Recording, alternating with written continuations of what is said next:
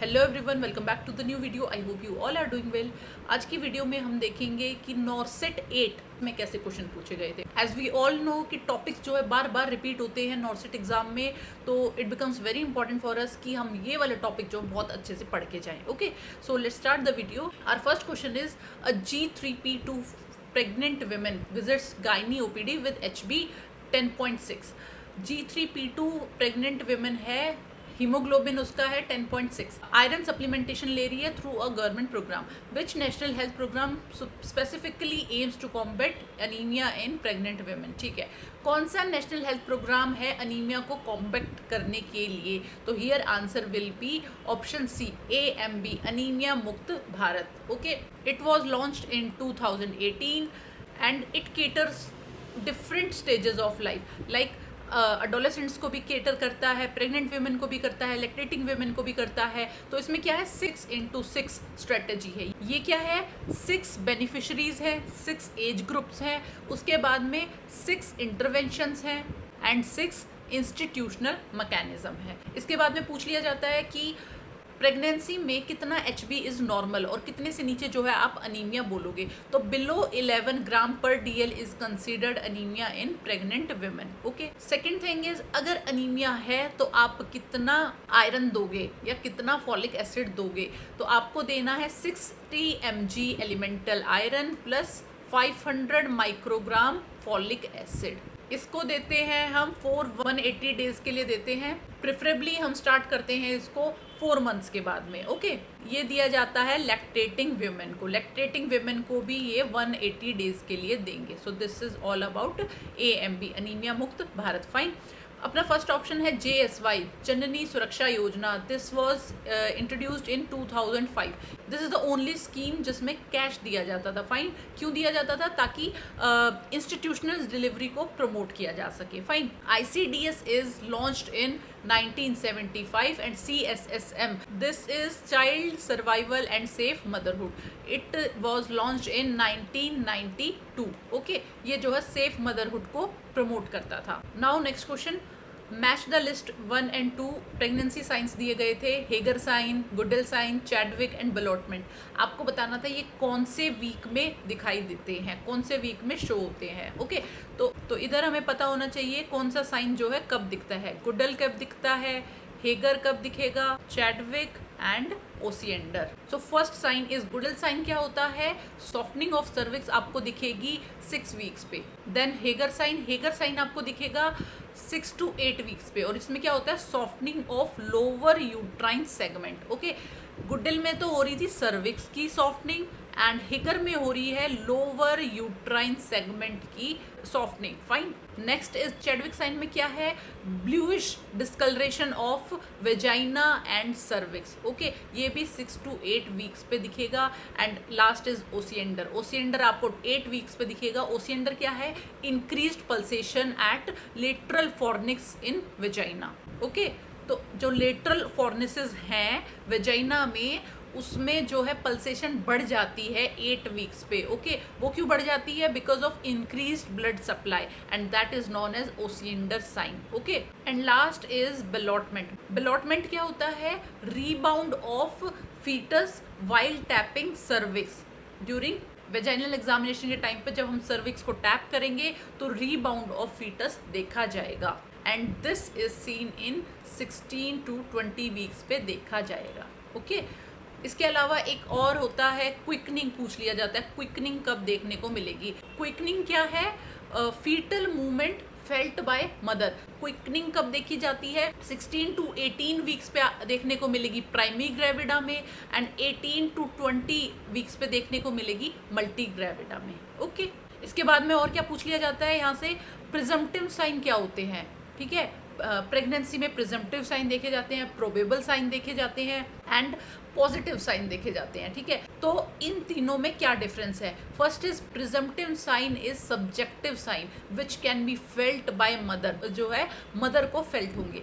Second is probable sign. Probable वो sign है जो ऑब्जेक्टिव है और जो एग्जामिनर के थ्रू पता लगाए जा सकते हैं। ठीक है, and third is positive sign. Positive is diagnostic sign, मतलब डेफिनेटिव साइन है जिसमें जो है एग्जैक्ट प्रूफ रहेगा कि yes there is fetus inside. Okay, तो प्रिजम्पटिव साइन में फर्स्ट जो है अपना प्रिजम्पटिव साइन, इसमें क्या आएगा? तो फर्स्ट इज प्रिजम्पटिव साइन में आता है नोजिया, वोमिटिंग। एक सब्जेक्टिव साइन है जो मदर को फील होगा। उसके बाद में क्विकनिंग जो है मदर को फील होता है, दैट इज प्रिजम्पटिव साइन।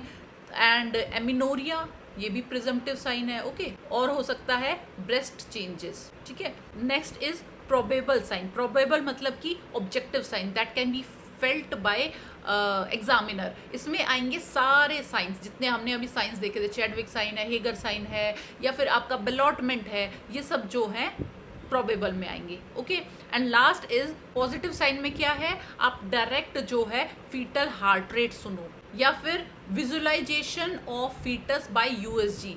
ठीक है, आप फीटस देख रहे हो वाया यूएसजी, तो ये भी जो है एक पॉजिटिव साइन रहेगा। ठीक है, and last is fetal movement feel by examiner. Fetal movement अगर एग्जामिनर फील कर पा रहा है तो that is positive sign, but अगर मदर फील कर रही है तो दैट इज प्रिजम्पटिव साइन। ये एक इंपॉर्टेंट पॉइंट है यहाँ पे, याद रखना। अगर फीटल मूवमेंट्स मदर को फील होंगी तो वो आएगा फर्स्ट में प्रिजम्पटिव साइन में, बट अगर वही फीटल मूवमेंट एग्जामिनर को फील होगी तो आएगा पॉजिटिव में। फाइन, नेक्स्ट क्वेश्चन है न्यूनेटल रिफ्लेक्सेस के बारे में पूछा गया था कि ये कब डिसअपियर होते हैं। मोरो रिफ्लेक्स, रूटिंग है, पाल्मर ग्रास्प है एंड बबिन्स्की, ये जो है कब डिसअपियर होंगे। तो सबसे पहले अपना रूटिंग रिफ्लेक्स जो है 3 to 4 मंथ्स पे डिसअपियर होगा। देन सेकंड जो है मोरो रिफ्लेक्स होता है 4 to 6 मंथ पे disappear. Third is palmar grasp होता है 5 से 6 मंथ्स पे। ओके, एंड बबिन्स्की होता है 12 से 24 मंथ्स पे। ओके, अब रूटिंग रिफ्लेक्स क्या है? अगर आप न्यूनेट के फेस पे जो है टैप करते हो तो वो जो है उसी साइड नेक को टर्न करेगा, उसी साइड फेस को टर्न करेगा। ठीक है, that is routing reflex. Okay, ये डिसअपियर कब होता है? 3 to 4 मंथ पे ये जो है डिसअपियर हो जाएगा। फाइन, उसके बाद में सेकंड इज मोरो रिफ्लेक्स में क्या है? जब बच्चे को हम थोड़ा सा जो है अपराइट पोजीशन में रख के नीचे की तरफ गिराते हैं, ठीक है, तो वो क्या करता है? एब्डक्शन मूवमेंट करता है। ठीक है, पूरी आर्म्स को जो है एब्डक्ट कर देगा, देन जो है एडक्शन, फिर अपनी तरफ ले आएगा। That is Moro reflex. तो इसमें क्या है? एब्डक्शन, पहले तो एब्डक्शन देखा जाएगा, देन जो है एडक्शन देखा जाएगा। ओके, ये जो है 4 से 6 मंथ्स पे डिसअपियर हो जाएगा, बट फिर भी जो है एक एग्जैक्ट मंथ पूछे तो 5 है, 5 मंथ्स पे जो है ये डिसअपियर होता है, बट अप टू 6 मंथ्स भी इसको नॉर्मल बोला जाएगा। बट अगर 6 मंथ्स के बाद में मोरो रिफ्लेक्स मिल रहा है तो that is not a good sign. Okay, next is palmar grasp. क्या है? जब आप इन्फेंट के हाथ में जो है कोई भी ऑब्जेक्ट रखोगे तो वो अपनी फिंगर्स कर्ल कर लेगा, ऐसे जो है कर्ल कर लेगा। ठीक है, ये this is known as palmar grasp reflex. ये डिसअपियर होता है 5 से 6 मंथ्स पे। ठीक है, and last is Babinski reflex. ये होता है अगर आप लेटरल सोल ऑफ फुट को जो है, जो पैर है उसको जो है स्ट्रोक करोगे, किसी चीज से जो है स्ट्रोक करोगे, तो बच्चा क्या करता है? Dorsiflexion of foot, dorsiflexion of foot and fanning of fingers. ठीक है, फिंगर्स को फैन मतलब खोल लेगा। ठीक है, इस तरीके से। So this is known as Babinski reflex. ठीक है, बबिन्स्की रिफ्लेक्स में दोबारा बता रही हूँ, जब हम सोल को स्ट्रोक करते हैं उसके बाद में इन्फेंट क्या करेगा? डोर्सीफ्लेक्शन ऑफ फुट करेगा, पीछे की तरफ फुट को फ्लेक्स करेगा एंड फैनिंग ऑफ टो, जो बिग टो होता है उसको फैनिंग कर लेगा। फाइन, और ये डिसअपियर हो जाता है 12 to 24 मंथ्स, बट ये 2 ईयर्स तक जो है नॉर्मल माना जाता है। अगर किसी बच्चे में 2 ईयर्स तक भी परसिस्ट कर रहा है तो इट इज़ नॉर्मल, बट अगर बियॉन्ड 2 ईयर्स एग्जिस्ट कर रहा है तो इट इज एबनॉर्मल। ठीक है, और ये क्वेश्चन जो है बहुत बार पूछा जाता है। ठीक है, बबिन्स्की वाला, तो it is very important question. Next is a paediatrician prescribes 5% dextrose and half normal saline with 40 milliequivalents of potassium chloride for a child with hypotonic dehydration.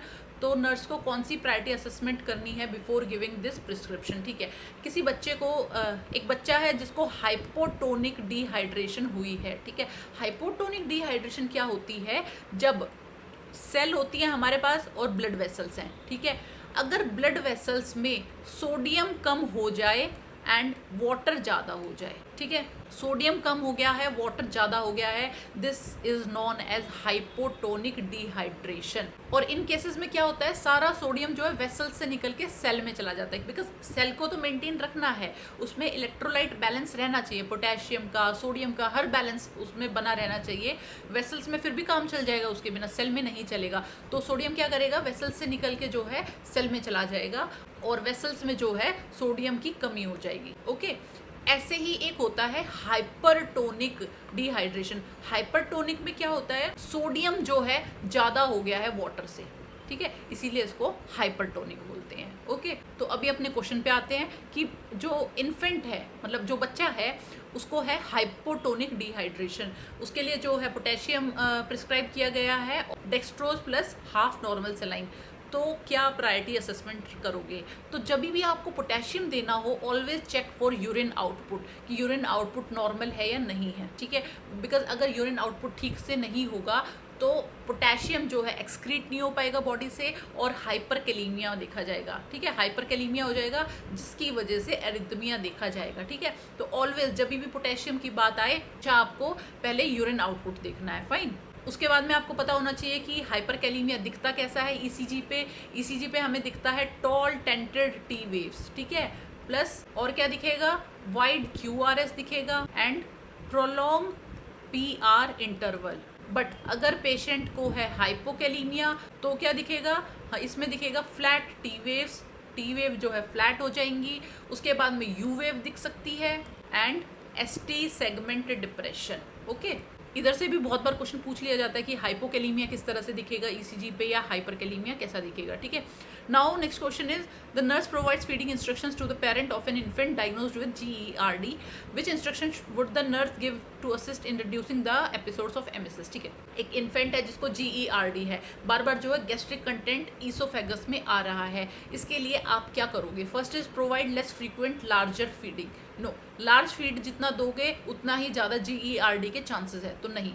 Second is burp the infant less frequently during feeding, के बीच में जो है बच्चे को burp नहीं करना है, कम करना है, नहीं, बर्प जो है हमें बच्चे को और ज़्यादा करना चाहिए ताकि GERD ना हो, ठीक है, फीड जो है जल्दी से सेटल डाउन हो जाएगी।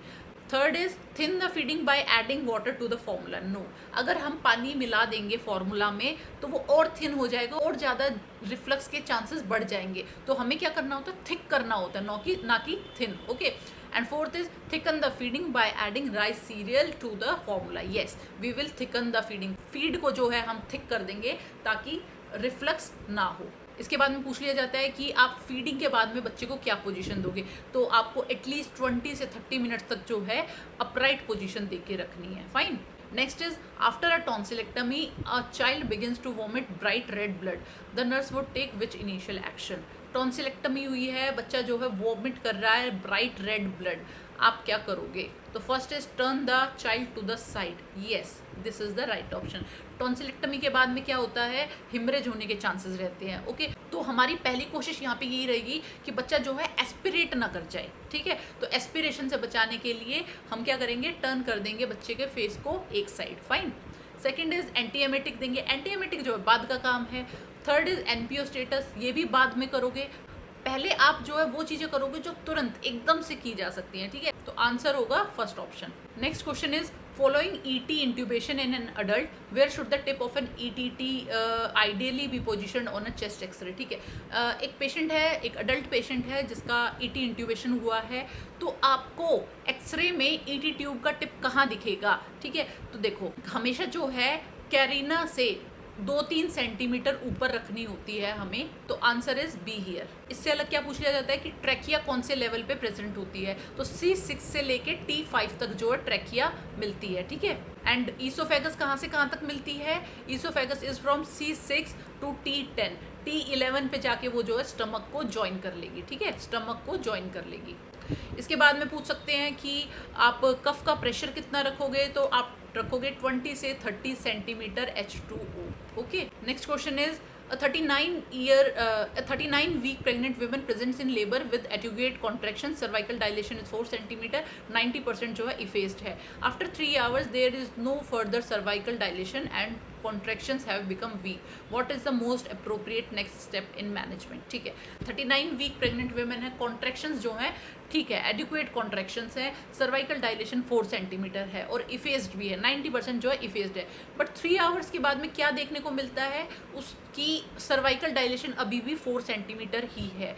ओके, एंड जो कॉन्ट्रैक्शंस हैं वो और वीक हो गई हैं, तो आप क्या करोगे? First is augment with oxytocin, ambulate करोगे, स्ट्रिपिंग ऑफ मेम्ब्रेन करोगे या एमनियोटमी करोगे? तो obviously we will go with augment with oxytocin. ठीक है, इसमें बताया हुआ है कि कॉन्ट्रैक्शन जो है वीक है, एम्बुलेशन से कुछ काम नहीं चलने वाला अभी। ठीक है, तो here you will augment with oxytocin.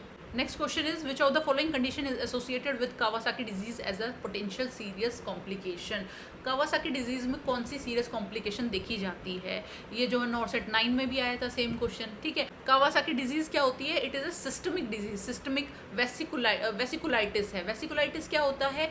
Blood vessels का इन्फ्लेमेशन, और ब्लड वेसल्स भी कौन सी साइज की होती है? मीडियम वेसल्स को जो है ये टारगेट करता है। इसमें जो है स्ट्रॉबेरी टंग देखी जाती है। एंड इसका सीरियस कॉम्प्लिकेशन क्या है? सीरियस कॉम्प्लिकेशन है कोरोनरी आर्टरी एन्यूरिज्म। 20 से 25% बच्चों में एन्यूरिज्म जो है डेवलप हो जाता है, कोरोनरी आर्टरी का एन्यूरिज्म जो है डेवलप हो जाता है। ठीक है, अब इसके बाद में आपको पता होना चाहिए इसका डायग्नोस कैसे करते हैं। डायग्नोसिस के लिए क्या है? फीवर होना चाहिए मोर देन 5 डेज के लिए। ठीक है, पूछ लिया जाता है ये क्वेश्चन भी। प्लस क्रैश जो एक निमोनिक है। C फॉर कंजक्टिवाइटिस होना चाहिए in both eyes, non purulent conjunctivitis. Second is R for rash मिलने चाहिए। A फॉर एडिनोपैथी में भी कहाँ की एडिनोपैथी? सर्वाइकल एडिनोपैथी मिलेगी, यूनिलेटरल होती है, एक ही साइड मिलेगी एंड मोर देन 1.5 सेंटीमीटर की। ठीक है, S फॉर स्ट्रॉबेरी टंग मिलेगी। H for hand and feet में चेंजेस मिलेंगे। ओके, इसमें क्या है?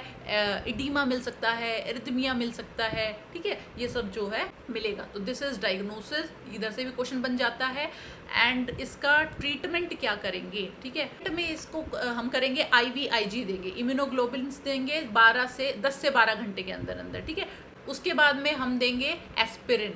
ठीक है, देखो हमें पता है एस्पिरिन देने से रेज सिंड्रोम का खतरा बढ़ जाता है बच्चों में। ठीक है, but Kawasaki disease is exception. Okay, हमें पता है रेज डिजीज इसको हो जाएगी बच्चे को, स्टिल जो है एस्पिरिन देना ही देना है। ठीक है, तो aspirin is very important in this disease. Okay, उसके बाद में डोज पूछ ली जाती है कई बार IVIG की, तो देंगे 2 ग्राम पर kg। Okay, now next question, a newborn experience choking, coughing and cyanosis during feeding attempts, which condition is most likely cause? ठीक है, 3C मिल रहे हैं, कफिंग, चॉकिंग, साइनोसिस। सीधी सी बात है, ट्रैकियोइसोफेजियल फिस्टुला, ये इसका हॉलमार्क साइन है। ओके, इसमें क्या होता है? एक फिस्टुला बन जाता है बिटवीन ट्रैकिया एंड ईसोफेगस। तो जो भी आप फीड दोगे, देयर आर चांसेस कि वो जो है ट्रैकिया में चला जाए। ठीक है, और बच्चा जो है एस्पिरेट कर जाएगा। फाइन, तो ऐसे में क्या करते हैं हम? बच्चे को NPO पे डाल देंगे, कुछ नहीं देंगे थ्रू माउथ। इसके बाद में क्या इंपॉर्टेंट है? बच्चे को जो है हम अपराइट पोजीशन में रखेंगे, एटलीस्ट 30 to 45 डिग्री जो है ऊपर मेंटेन रखेंगे हम। उसके बाद में पूछ लिया जाता है कि रेप्लोगल ट्यूब क्या होती है। अब देखो क्या होता क्या है, जो ईसोफेगस है उसमें ब्लाइंड पाउच बन जाता है। ईसोफेगस जो है जाके स्टमक में ज्वाइन नहीं कर रही है। फाइन, तो यहाँ पे एक ब्लाइंड पाउच है, तो जो भी सिक्रीशंस हमारे माउथ में है वो कहाँ जाते रहेंगे? ईसोफेगस में कलेक्ट होते जाएंगे। इसको बाहर निकालने के लिए एक रेप्लोगल ट्यूब डाल देंगे। ठीक है, ये क्या है? एक कॉन्टिन्यूस सक्शन वाली ट्यूब है, जिससे जो है बच्चे के सेक्रीशन जो है आउट होते रहेंगे और एस्पिरेशन नहीं होगा। फाइन, एक चीज़ पूछ लिया जाता है कि अगर कोई बच्चा TEF का है, ठीक है, आपके वार्ड में, तो आप क्या रखोगे? उसके बेड साइड क्या रखोगे? तो you should always keep suction. ठीक है, सक्शन जो है बेड साइड होना चाहिए। ओके, एक क्वेश्चन यहाँ पे पूछा जा सकता है, वेक्टेरल एसोसिएशन क्या होता है? वेक्टेरल, ये एक निमोनिक है। ये जो है कंजेनाइटल डिजीज है जो बाय बर्थ प्रेजेंट होती हैं। ठीक है, and there are high chances कि ये जो है टुगेदर साथ में ही मिलेंगी। ठीक है, V for vertebral defects, A for anal atresia, C for cardiac defects में जैसे ASD है, VSD है, TE for tracheoesophageal fistula. Okay, R for renal anomalies and L for limb abnormalities. ठीक है, तो देयर आर हाई चांसेस कि ये जो है साथ साथ मिलेंगी। This is VACTERL association. Next question is, a 29-year-old pregnant woman at 39 weeks is admitted to the labor ward. Cervical dilation जो है 4 सेंटीमीटर है. 29-year-old pregnant woman है, वीक्स की प्रेगनेंसी है, cervical dilation 4 सेंटीमीटर है, एमनियोटमी होनी है, ठीक है, टू प्रोग्रेस लेबर.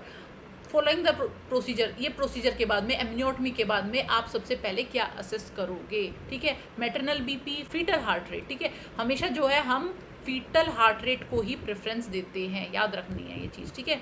होता क्या है जब हम एमनियोटमी करते हैं, एमनियोटमी के बाद में there are high chances of umbilical cord prolapse के बहुत ज़्यादा चांस बढ़ जाते हैं, और जिसकी वजह से जो है फीटल हार्ट रेट का पैटर्न चेंज हो जाएगा. इसीलिए हमेशा फीटल हार्ट रेट चेक करेंगे आफ्टर एमनियोटमी.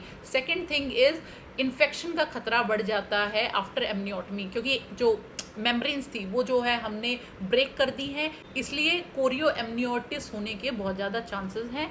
तो हम क्या करेंगे, मैटरनल का टेम्परेचर चेक करेंगे, मदर का टेम्परेचर चेक करेंगे every 2 hourly. Okay. Next thing, इसमें क्या पूछा जा सकता है कि एमनियोटमी जो है करने से पहले हम क्या चेक करेंगे. एमनियोटमी करने से पहले वी विल चेक कि कौन से स्टेशन पे हेड है. हमेशा जो है फीटल का हेड इंगेज्ड होना चाहिए बिफोर एमनियोटमी. ओके. इसके बाद में जो है डिस्लरेशंस पूछ ली जाती हैं एग्जाम में, जिसके लिए अपना निमोनिक होता है. व्हील चॉक क्या है, वी से वेरिएबल, ई से अर्ली डिस्लरेशंस, ए से एक्सेलरेशंस एंड एल से जो है लेट डिस्लरेशंस, ठीक है. अब सी से क्या है, कॉर्ड प्रोलैप्स. अगर आपको वेरिएबल डिस्लरेशंस देखने को मिल रही है, इट मीन्स कॉर्ड प्रोलैप्स है. अगर अर्ली डिस्लरेशन देखने को मिल रही है तो हेड कंप्रेशन है, ठीक है. एक्सेलरेशन है, it means okay. And late decelerations हैं तो प्लेसेंटल इनसफिशियंसी है, ठीक है, प्लेसेंटल इनसफिशियंसी. इसके बाद में एक नाइट्रोजन टेस्ट होता है. नाइट्रोजन टेस्ट किया जाता है टू चेक मेम्ब्रेन रप्चर के लिए हम जो है नाइट्रोजन टेस्ट करते हैं. Now next question, what is the most effective way to prevent post lumbar puncture headache in a patient with LP procedure. कौन सा मोस्ट इफेक्टिव वे है लंबर पंक्चर के बाद जो हेडेक होता है उसको प्रिवेंट करने के लिए. तो फर्स्ट ऑप्शन है हाई फोल्डर्स पोजीशन. नो, हम इसमें क्या देते हैं, हम देते हैं supine position without pillow. Okay. And next is supine flat with head elevated for 30 minutes. No, ये भी नहीं है, हेड को एलिवेट नहीं करना है. Last is use traumatic needle for the lumbar puncture. No, traumatic needle करेंगे तो उससे जो है CSF लीकेज के और ज़्यादा चांसेस हैं.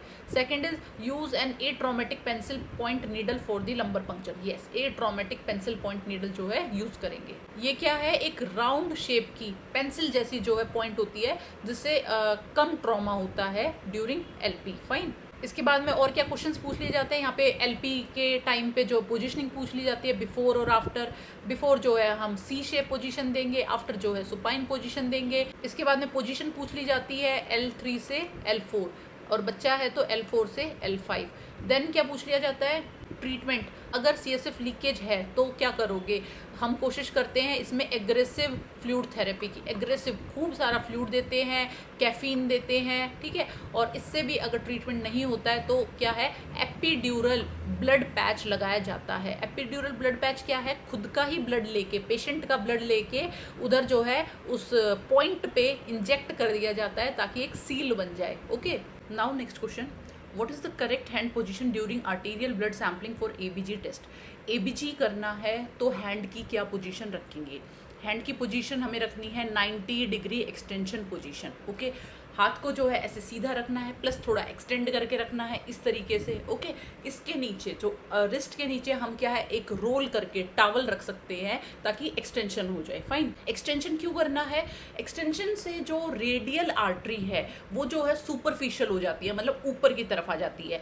बट अगर इस रिस्ट को हम फ्लेक्स करेंगे तो वो जो आर्टरी है वो नीचे चली जाएगी, ठीक है. तो extension is required radial artery को सुपरफिशियल करने के लिए. फाइन. इसके अलावा क्या पूछा जाता है ABG टेस्ट से कि कैसा सिरिंज आप लोगे. वी विल टेक हेप्रेनाइज्ड सिरिंज, ठीक है. हेप्रेनाइज्ड जो सिरिंज है वो लेंगे ताकि ब्लड क्लॉट ना हो. First question. सेकंड क्वेश्चन क्या पूछा जा सकता है कि अगर जिस सिरिंज में आप ABG टेस्ट लेने वाले हो, ब्लड कलेक्ट करने वाले हो, उसमें एयर है तो उससे क्या फ़र्क पड़ेगा लैब वैल्यूज़ पे. अगर एयर बबल्स हैं सिरिंज के अंदर तो क्या असर पड़ेगा। इससे क्या होता है, PaO2 partial pressure of oxygen ज़्यादा आता है and partial pressure of carbon dioxide जो है कम आता है। ठीक है, तो हमेशा टेस्ट करने से पहले हम सिरिंज से एयर बबल्स बाहर निकाल लेंगे। Okay, third thing is ABG test करने के बाद में आप कितनी देर तक प्रेशर दे के रखोगे आर्टरी पे। ओके, तो 5 मिनट तक जो है हम प्रेशर दे के रखेंगे। But if the patient is on anticoagulants पे पेशेंट है तो 10 से 15 मिनट्स तक जो है हम प्रेशर दे के रखेंगे। ओके, इसके अलावा एक और क्वेश्चन पूछ लिया जाता है, जैसे अपना यहाँ पे क्वेश्चन नंबर 4 है, PaO2 of 60 mmHg corresponds to SpO2 of approximately। अगर किसी पेशेंट का PaO2 partial pressure of oxygen 60 है तो SpO2 कितना होगा। ठीक है, इसके लिए एक ऑक्सी हीमोग्लोबिन डिसोसिएशन रूल है। ये क्या होता है, this is known as 30-60-90 rule. Okay, ये बोलता है PaO2 and SpO2। Okay, 30-60-90।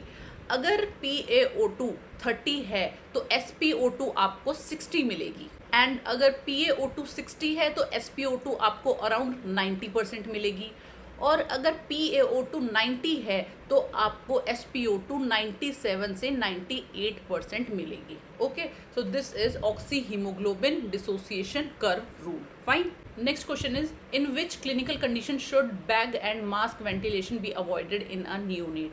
Bag and mask ventilation किन केसेस में नहीं करेंगे। निमोनिया में कर सकते हैं, डायफ्रामेटिक हर्निया में हम नहीं करेंगे। डायफ्रामेटिक हर्निया क्या होता है, डायफ्राम में डिफेक्ट है, एक होल है जिसकी वजह से जितना भी एब्डोमिनल कंटेंट था वो ऊपर आ जाएगा, चेस्ट में आ जाएगा। चेस्ट में आने के बाद वो जो है लंग्स पे प्रेशर डालेगा और लंग्स जो है अच्छे से इन्फ्लेट नहीं कर पाएंगे। फाइन, एंड डायफ्रामेटिक हर्निया में और क्या दिखता है हमें, स्केफॉइड एब्डोमेन का क्या मतलब है, सनकन एब्डोमेन, क्योंकि एब्डोमिनल कंटेंट तो सारा ऊपर चला गया, चेस्ट रीजन में चला गया है, इसीलिए एब्डोमिनल एरिया जो है खाली हो गया है, सनकन हो गया है, या फिर आप बोल सकते हैं स्केफॉइड एब्डोमेन देखने को मिलेगा। सेकंड थिंग, जब नियोनेट होगा क्या उसमें कैरेक्टरिस्टिक्स दिखेंगी, साइनोसिस दिखेगा, बिकॉज लंग्स जो है इन्फ्लेट नहीं कर पा रहे हैं। और क्या मिलेगा, shifted heart sounds, heart sound जो है शिफ्ट हो जाएंगी, बिकॉज चेस्ट में बहुत ज़्यादा प्रेशर बढ़ गया है, बहुत ज़्यादा कंटेंट आ गया है, एब्डोमिनल कंटेंट, इसकी वजह से हार्ट साउंड भी आपको शिफ्टेड मिलेंगी, एंड शिफ्टेड में भी मोस्टली लेफ्ट साइड जो है ये शिफ्ट हो जाएंगी। ओके, तो now back to our question कि अपने क्वेश्चन में क्या पूछा है, बैग एंड मास्क नहीं करेंगे, किस में नहीं करेंगे, डायफ्रामेटिक हर्निया में। अगर आप इसमें बैग एंड मास्क करोगे, स्टमक में जो है एयर भर जाएगी, उसकी वजह से और ज़्यादा प्रेशर पड़ेगा, और ज़्यादा रेस्पिरेटरी डिस्ट्रेस होगा। ठीक है, तो इसीलिए ऐसे जो नियोनेट्स हैं उसमें हम बैग एंड मास्क नहीं करेंगे, डायरेक्ट इंट्यूबेट करेंगे। ओके, ताकि डायरेक्ट जो एयर है वो ट्रेकिया में जाए, स्टमक में ना जाए। Fine, next question is, the DPT vaccine is generally contraindicated in which of the following conditions. DPT vaccine जो है किन कंडीशंस में कॉन्ट्रा इंडिकेटेड है। First option is mild local reaction to a previous dose, second mild GI disturbances, third mild cough and cold, third is neurological disorder. तो अपना answer रहेगा neurological disorder. देखो, DPT में जो ये P वाला कंटेंट है, मतलब पर्ट्यूसिस है, ये क्या करता है, एनसेफेलोपैथी कॉज करता है और शीजर्स। ठीक है, तो मतलब ये क्या करता है, न्यूरोलॉजिकल डिसऑर्डर कॉज करता है। तो अगर किसी बच्चे में ऑलरेडी न्यूरोलॉजिकल डिसऑर्डर है, उन केसेस में हम DPT वैक्सीन नहीं देंगे। DPT ना देके उसमें क्या देंगे, हम DT देंगे, P को हम पर्ट्यूसिस को स्किप कर देंगे। ओके, और जो बाकी के रिएक्शंस हैं, माइल्ड लोकल रिएक्शन हो जाना, दैट इज़ कम्प्लीटली नॉर्मल। ठीक है, थोड़ा बहुत लोकल रिएक्शन देखने को मिल जाता है वैक्सीन्स के बाद में। GI डिस्टर्बेंस है या फिर किसी बच्चे को, या फिर माइल्ड कफ और कोल्ड है, ये कभी भी कॉन्ट्रा इंडिकेशन नहीं होते किसी भी वैक्सीन की। ठीक है, DPT से क्या पूछ लिया जाता है, DPT से पूछा जाता है कि ये कैसी वैक्सीन है। This is killed vaccine. उसके बाद में फ्रीज्ड सेंसिटिव वैक्सीन है, इसको कभी भी फ्रीज नहीं किया जाता है, टेम्परेचर रखा जाएगा 2 से 8 डिग्री सेल्सियस। ओके, इसको देने से पहले हम जो है शेक टेस्ट परफॉर्म करते हैं, जस्ट टू चेक कि DPT वैक्सीन जो है अभी ठीक है या नहीं है। ओके, अगर जो पार्टिकल्स हैं फ्रोज़न है, वाइल जो है फ्रोज़न है, तो हम उस वाइल को डिस्कार्ड कर देंगे, ठीक है। इसके अलावा क्या क्वेश्चन पूछा जाता है, वीवीएम वाला पूछा जाता है। आप सबको पता है बीच में एक स्क्वायर होता है, चारों तरफ एक सर्कल होता है। इसका कलर जो है, अंदर वाले स्क्वायर का colour should be light from outer colour. Okay, next question is an unconscious patient has a GCS of 4। GCS जो है 4 है, तो आप कौन सा आर्टिफिशियल एयरवे जो है डालोगे, अप्रोप्रिएट है इस केस में। जीसीएस क्या होता है, 15 में से स्कोर दिया जाता है। अगर स्कोर आपका बिलो 8 है then you have to intubate the patient. Okay, और अब जो अपना फर्स्ट एंड सेकंड ऑप्शन है, oropharyngeal airway and nasopharyngeal airway, ये क्या होते हैं, these are temporary airway adjuncts. ये क्या करते हैं, टंग को फॉल बैक होने से बचाते हैं, ठीक है। मोस्टली इनका फंक्शन क्या रहता है, टंग को फॉल बैक ना होने दे ताकि एयरवे अक्लूड ना हो। ओके, तो ये तो अपना ऑप्शन नहीं है because this is not a definitive treatment. Third option है एलएमए। क्या होता है, ये कुछ टाइम के लिए डाला जाता है। It is a temporary treatment कि जब तक इंट्यूबेट ना हो पेशेंट तब तक के लिए, कुछ टाइम के लिए हम एलएमए डाल देते हैं, ठीक है। तो LMA is not a solution, final solution अपना ईटी ट्यूब ही रहेगा। ओके, जीसीएस में वी ऑल नो हमारे पास 3 कंपोनेंट्स होते हैं, ईवीएम 4, 5, 6। ओके, मोस्टली बच्चे कहाँ मिस्टेक करते हैं, डी कॉर्टिकेट एंड डी सेरिब्रेट में। डी सेरिब्रेट को स्कोर मिलता है 2 एंड डी कॉर्टिकेट को मिलता है 3। डी कॉर्टिकेट में हमेशा जो है फ्लैक्शन देखा जाएगा एंड डी सेरिब्रेट में जो है एक्सटेंशन देखा जाएगा। ओके, याद रखनी है ये चीज़, वहाँ जाके इतना कन्फ्यूजन होता है डी कॉर्टिकेट और डी सेरिब्रेट में कि किस में फ्लैक्शन था, किस में जो है एक्सटेंशन था। देखो, याद करने का क्या तरीका है, 3 मार्क्स, 3 स्कोर मिल रहा है डी कॉर्टिकेट को, मतलब थोड़ा सा बेटर है, 2 से तो ये बेटर है, ठीक है। तो जब आपको पेशेंट में फ्लैक्शन दिखे, इट्स अ गुड थिंग कि अभी थोड़ा बहुत कंट्रोल है पेशेंट का। बट डी सेरिब्रेट में क्या है, बिल्कुल एक्सटेंशन हो गया है, कोई कंट्रोल नहीं है पेशेंट का अपनी बॉडी पे। इट मीन्स ये और ज़्यादा खराब स्टेट है। ओके, तो इसीलिए इसको 2 स्कोर दिया गया है। दूसरा तरीका क्या है, डी कॉर्टिकेट में कोर आ रहा है, कोर मतलब पेशेंट जो है अपनी रिस्ट को अपने कोर की तरफ ले आएगा, अपनी बॉडी की तरफ ले आएगा, ठीक है। डी कॉर्टिकेट मिलता है सेरिब्रल कॉर्टेक्स के प्रॉब्लम में, ठीक है। सेरिब्रल कॉर्टेक्स का अगर प्रॉब्लम है तो डी कॉर्टिकेट पोजीशन मिलेगी, एंड अगर ब्रेन स्टेम का प्रॉब्लम है तो आपको डी सेरिब्रेट पोजीशन मिलेगी। Fine, next question is community health worker demonstrates a home based pregnancy test card to a group of women.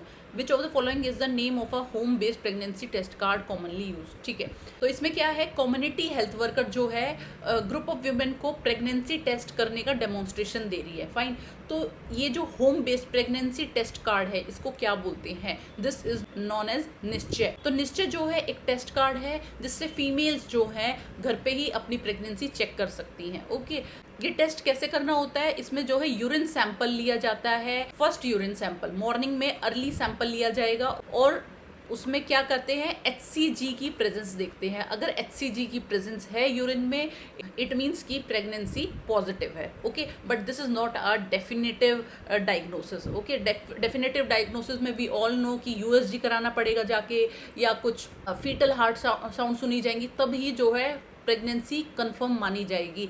This is a probable sign. Okay, तो Nishchay is something जो pregnant women को दी जाती है, free of cost दी जाती है HCG check करने के लिए इन द यूरिन। फाइन, बाकी फर्स्ट ऑप्शन है निश्चय। क्या होता है, निश्चय है टीबी पेशेंट्स के लिए, उनकी मॉनिटरिंग करने के लिए, उनको ट्रैक करने के लिए जो है निश्चय पोर्टल बनाया गया था, ठीक है। तो this is a portal, web portal. Okay, and last is Today and Saheli जो है कॉन्ट्रासेप्शन मेथड्स है, ठीक है। कॉन्ट्रासेप्शन मेथड है, नॉन हार्मोनल पिल्स है, नॉन स्टेरॉइडल है। Fine, next question is a 65-year-old seizure patient requires an IV phenytoin loading dose, which IV fluid should not be used for dilution.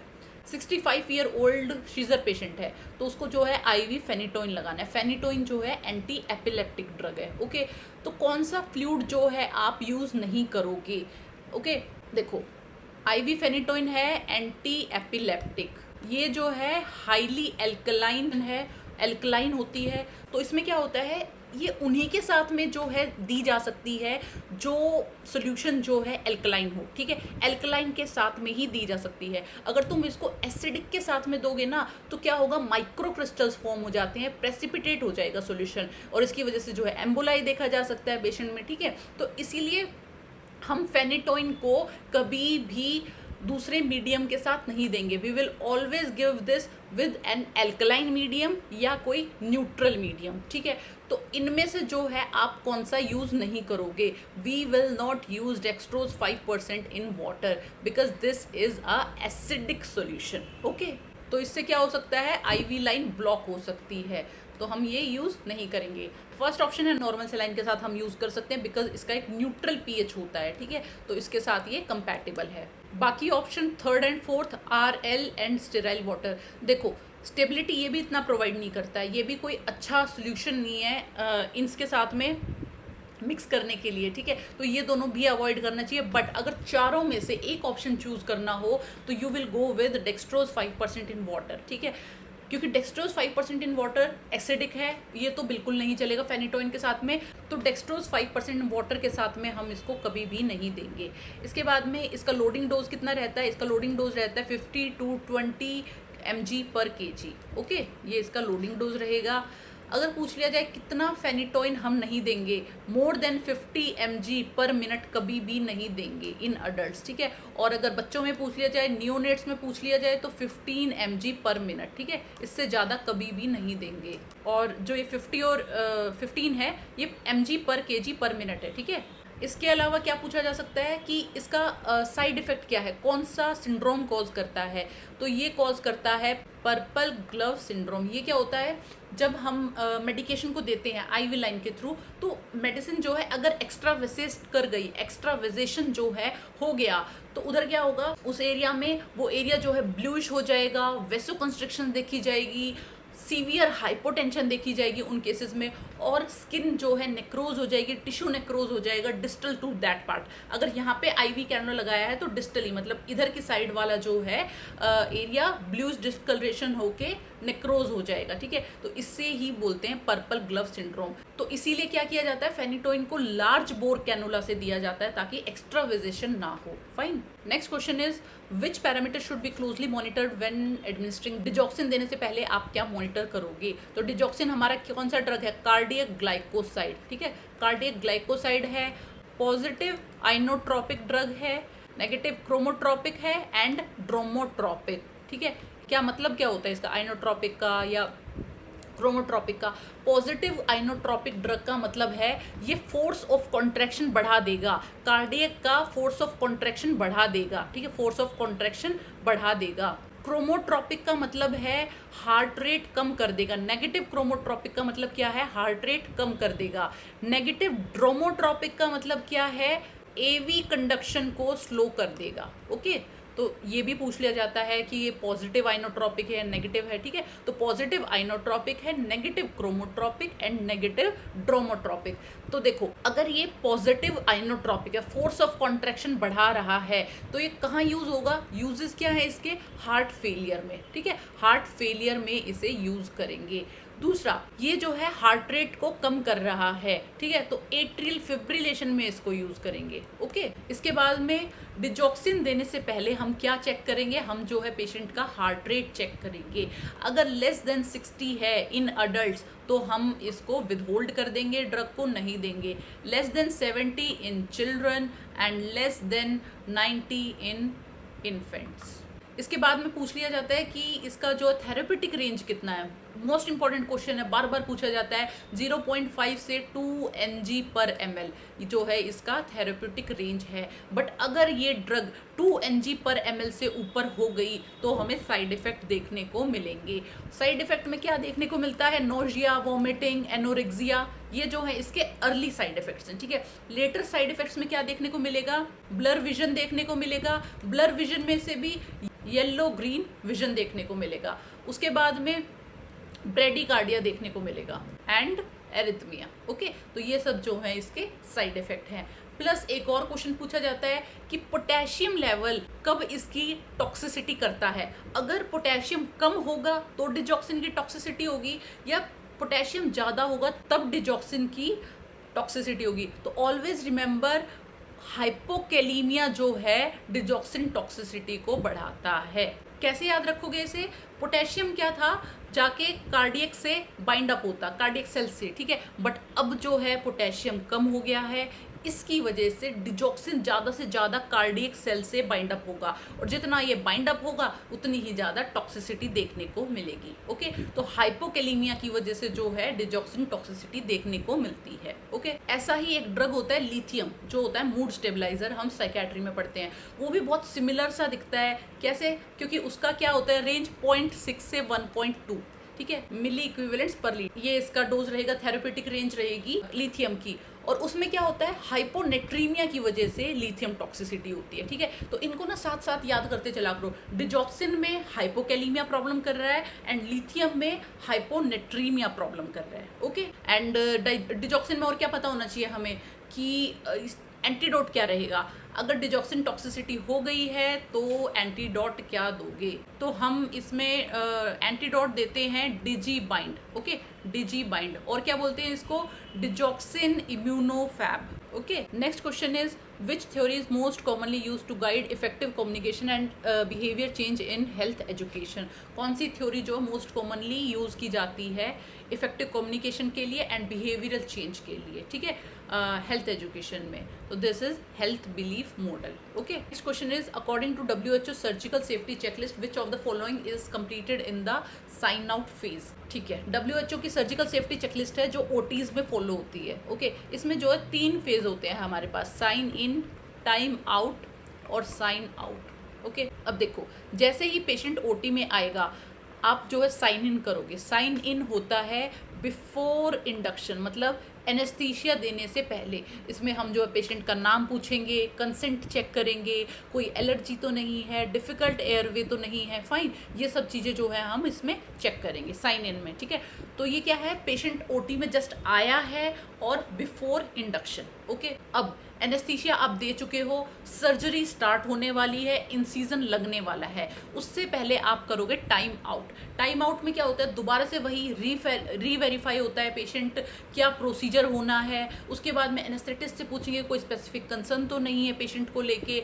इसके बाद में हम नर्स से पूछेंगे, जो स्क्रब नर्स है, कि स्टेरिलिटी बीन कन्फर्म, सारा इंस्ट्रूमेंट स्टेराइल है या नहीं है। उसके बाद में एंटीबायोटिक के लिए पूछेंगे कि एंटीबायोटिक क्या दिया है प्लस किस टाइम दिया है, and antibiotic should be given within 60 minutes. Okay, 60 minute के अंदर अंदर दिया होना चाहिए। Okay, and third is sign out. Sign out क्या होता है, सर्जरी हो चुकी है, अब पेशेंट को बाहर निकालने से पहले, ठीक है, वुंड क्लोजर हुआ है, पेशेंट को बाहर निकालने से पहले जो है हम साइन आउट करेंगे। साइन आउट में मेनली, वैसे तो बहुत सारी चीज़ें होती हैं कि क्या प्रोसीजर किया है, जो सैंपल निकला है वो लेबल हुआ है नहीं हुआ है, बहुत सारी चीज़ें हैं, बट मेन चीज़ इसमें क्या होती है, इंस्ट्रूमेंट्स की काउंटिंग होती है कि जितने भी इंस्ट्रूमेंट स्क्रब नर्स ने अपने ट्रॉली पे रखे थे सारे हैं या नहीं है, कोई स्पंज कम तो नहीं है, कोई स्वैब तो मिसिंग नहीं है, कोई नीडल काउंट तो कम नहीं है। ठीक है, तो हम जो है सारी चीज़ें काउंट करेंगे। ठीक है, तो अपना आंसर होगा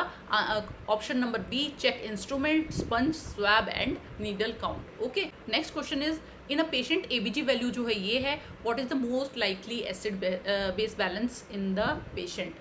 देखो, pH जो है, नॉर्मल pH कितना होता है, 7.35 से 7.45।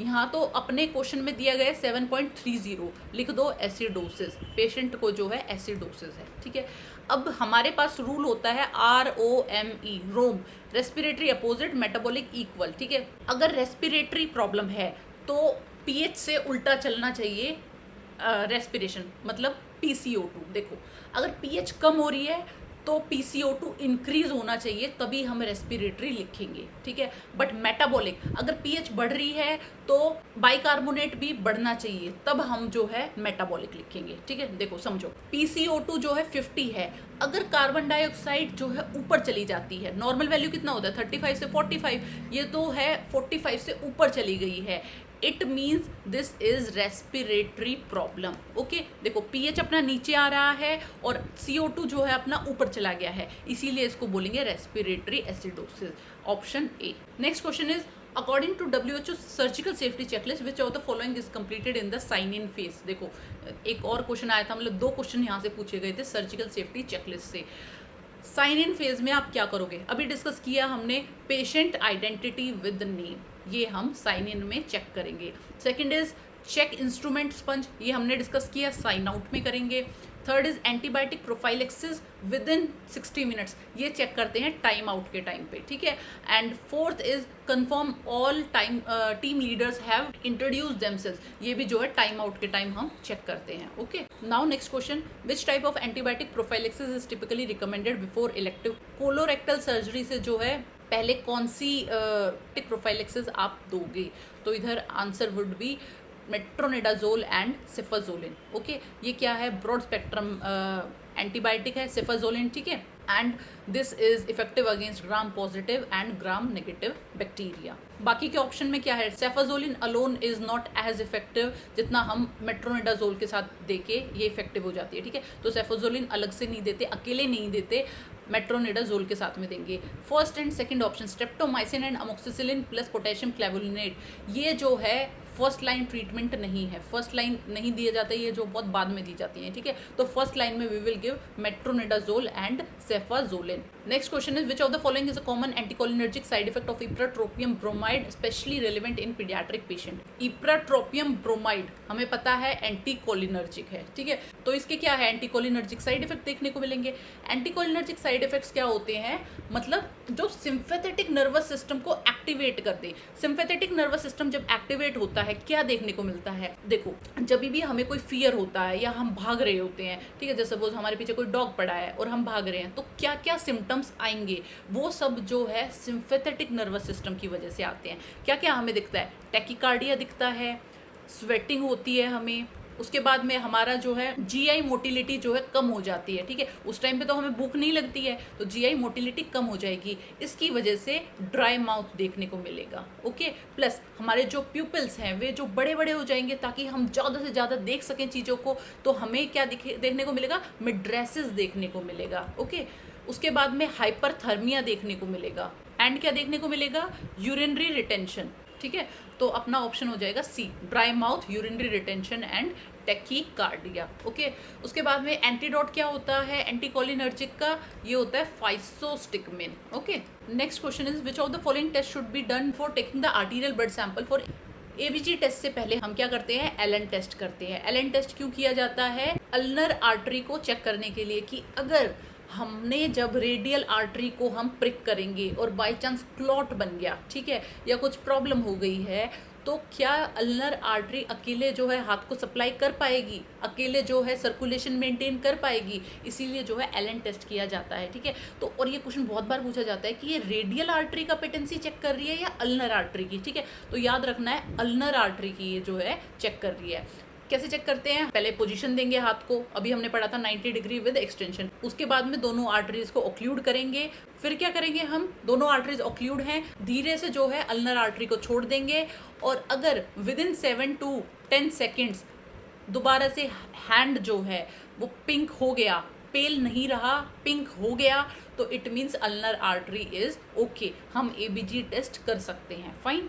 इसके बाद में एक पूछ लिया जाता है कि एबीजी सैंपल को हमेशा जो है हम ठंडे टेम्परेचर पे भेजते हैं या आइस के साथ रख के भेजते हैं ताकि मेटाबॉलिज्म ना हो, उस जो सेल्स हैं उसमें ब्लड में, वो जो है मेटाबॉलिज्म की वजह से कुछ ब्लड में चेंजेस ना देखने को मिले, लैब वैल्यूज़ में कुछ चेंजेस ना देखने को मिले, इसलिए हमेशा जो है लो टेम्परेचर पे हमें एबीजी को भेजना होता है। Okay, next question is a child with laryngotracheobronchitis, croup का पेशेंट है, is placed in a cool mist tent. The parent is concern because the child is frightened, consistently crying and trying to climb out of the tent. Which of the following which is the most appropriate nursing action? अब देखो, दो तरह की disease होती हैं जो same से दिखती हैं। एक होती है क्रूप, मतलब लेरिंजोट्रेकियोब्रोंकाइटिस, एंड सेकंड होती है एपिग्लोटाइटिस। ओके, होता क्या है? क्रूप जो है वायरस की वजह से होती है, ये होती है पैरा इन्फ्लुएंजा वायरस की वजह से, एंड एपिग्लोटाइटिस जो है बैक्टीरिया की वजह से होती है, ये होती है हीमोफिलस इन्फ्लुएंजा की वजह से, ठीक है।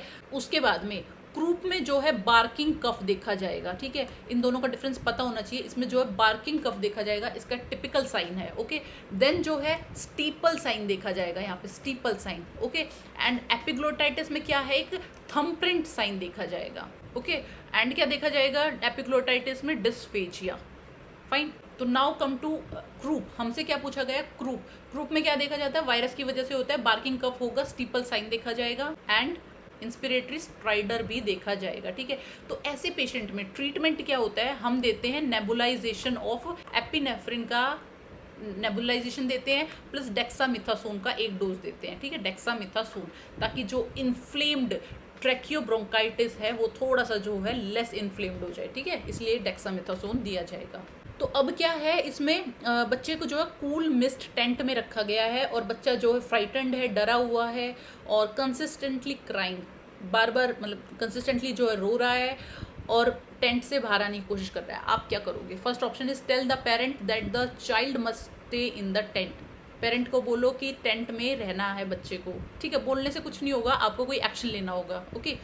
Second is place a toy in the tent to make the child feel more comfortable. Toy रखने से बच्चा शांत नहीं होने वाला है, okay. Third is call the paediatrician and obtain a prescription for mild sedative. No, sedative is a restraint, ये जो है हमारा लास्ट ऑप्शन होता है, कभी भी फर्स्ट ऑप्शन नहीं होता है। And last is let the parent hold the child and direct the cool mist over the child face. Yes, अगर बच्चे को पेरेंट पकड़ेगा तो बच्चा जो है थोड़ा सा शांत हो जाएगा, ठीक है, थोड़ा सेफ फील करेगा। इसलिए क्या बोलेंगे हम पेरेंट को कि बच्चे को आप होल्ड कर लीजिए और जो ये कूल मिस्ट वाला जो मास्क है या टेंट है वो जो है बच्चे के फेस की तरफ रहना चाहिए। Fine. Next question is a cricothyroidotomy is being planned for a patient with a difficult airway. Which of the following is not a contraindication for performing the procedure? ठीक है, एक पेशेंट है, कोई डिफिकल्ट एयरवे है उसका, ठीक है, तो उसके लिए क्या है, क्रिकोथायरोडोटमी करनी पड़ेगी। तो कौन सा जो है इनमें से कॉन्ट्राइंडिकेशन नहीं है, ठीक है। मलमपट्टी स्कोर आप सबको पता है, दिस इज समथिंग जो डिफिकल्ट एयरवे का पता लगाता है, ठीक है। एंड मोस्टली जो है बिफोर सर्जरीज किया जाता है कि ड्यूरिंग सर्जरी जब हमें पेशेंट को इंट्यूबेट करना पड़ेगा, कोई प्रॉब्लम तो नहीं आएगी, ठीक है, तो इसमें जो है स्कोरिंग दी जाती है, ठीक है। एंड 3 और 4 इज बैड स्कोरिंग, मतलब इंट्यूबेट करना मुश्किल है पेशेंट को, ठीक है।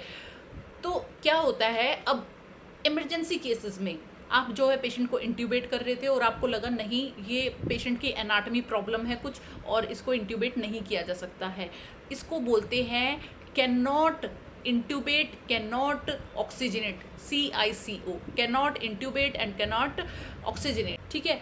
तो जब ये वाली प्रॉब्लम हमें देखने को मिलेगी और इमरजेंसी भी है तो हम क्या करेंगे, क्रिकोथायरोडोटमी की जाती है। क्रिकोथायरोडोटमी में क्या है, थायराइड कार्टिलेज के नीचे एंड क्रिकॉइड के ऊपर जो है एक इंसिजन दिया जाएगा, fine.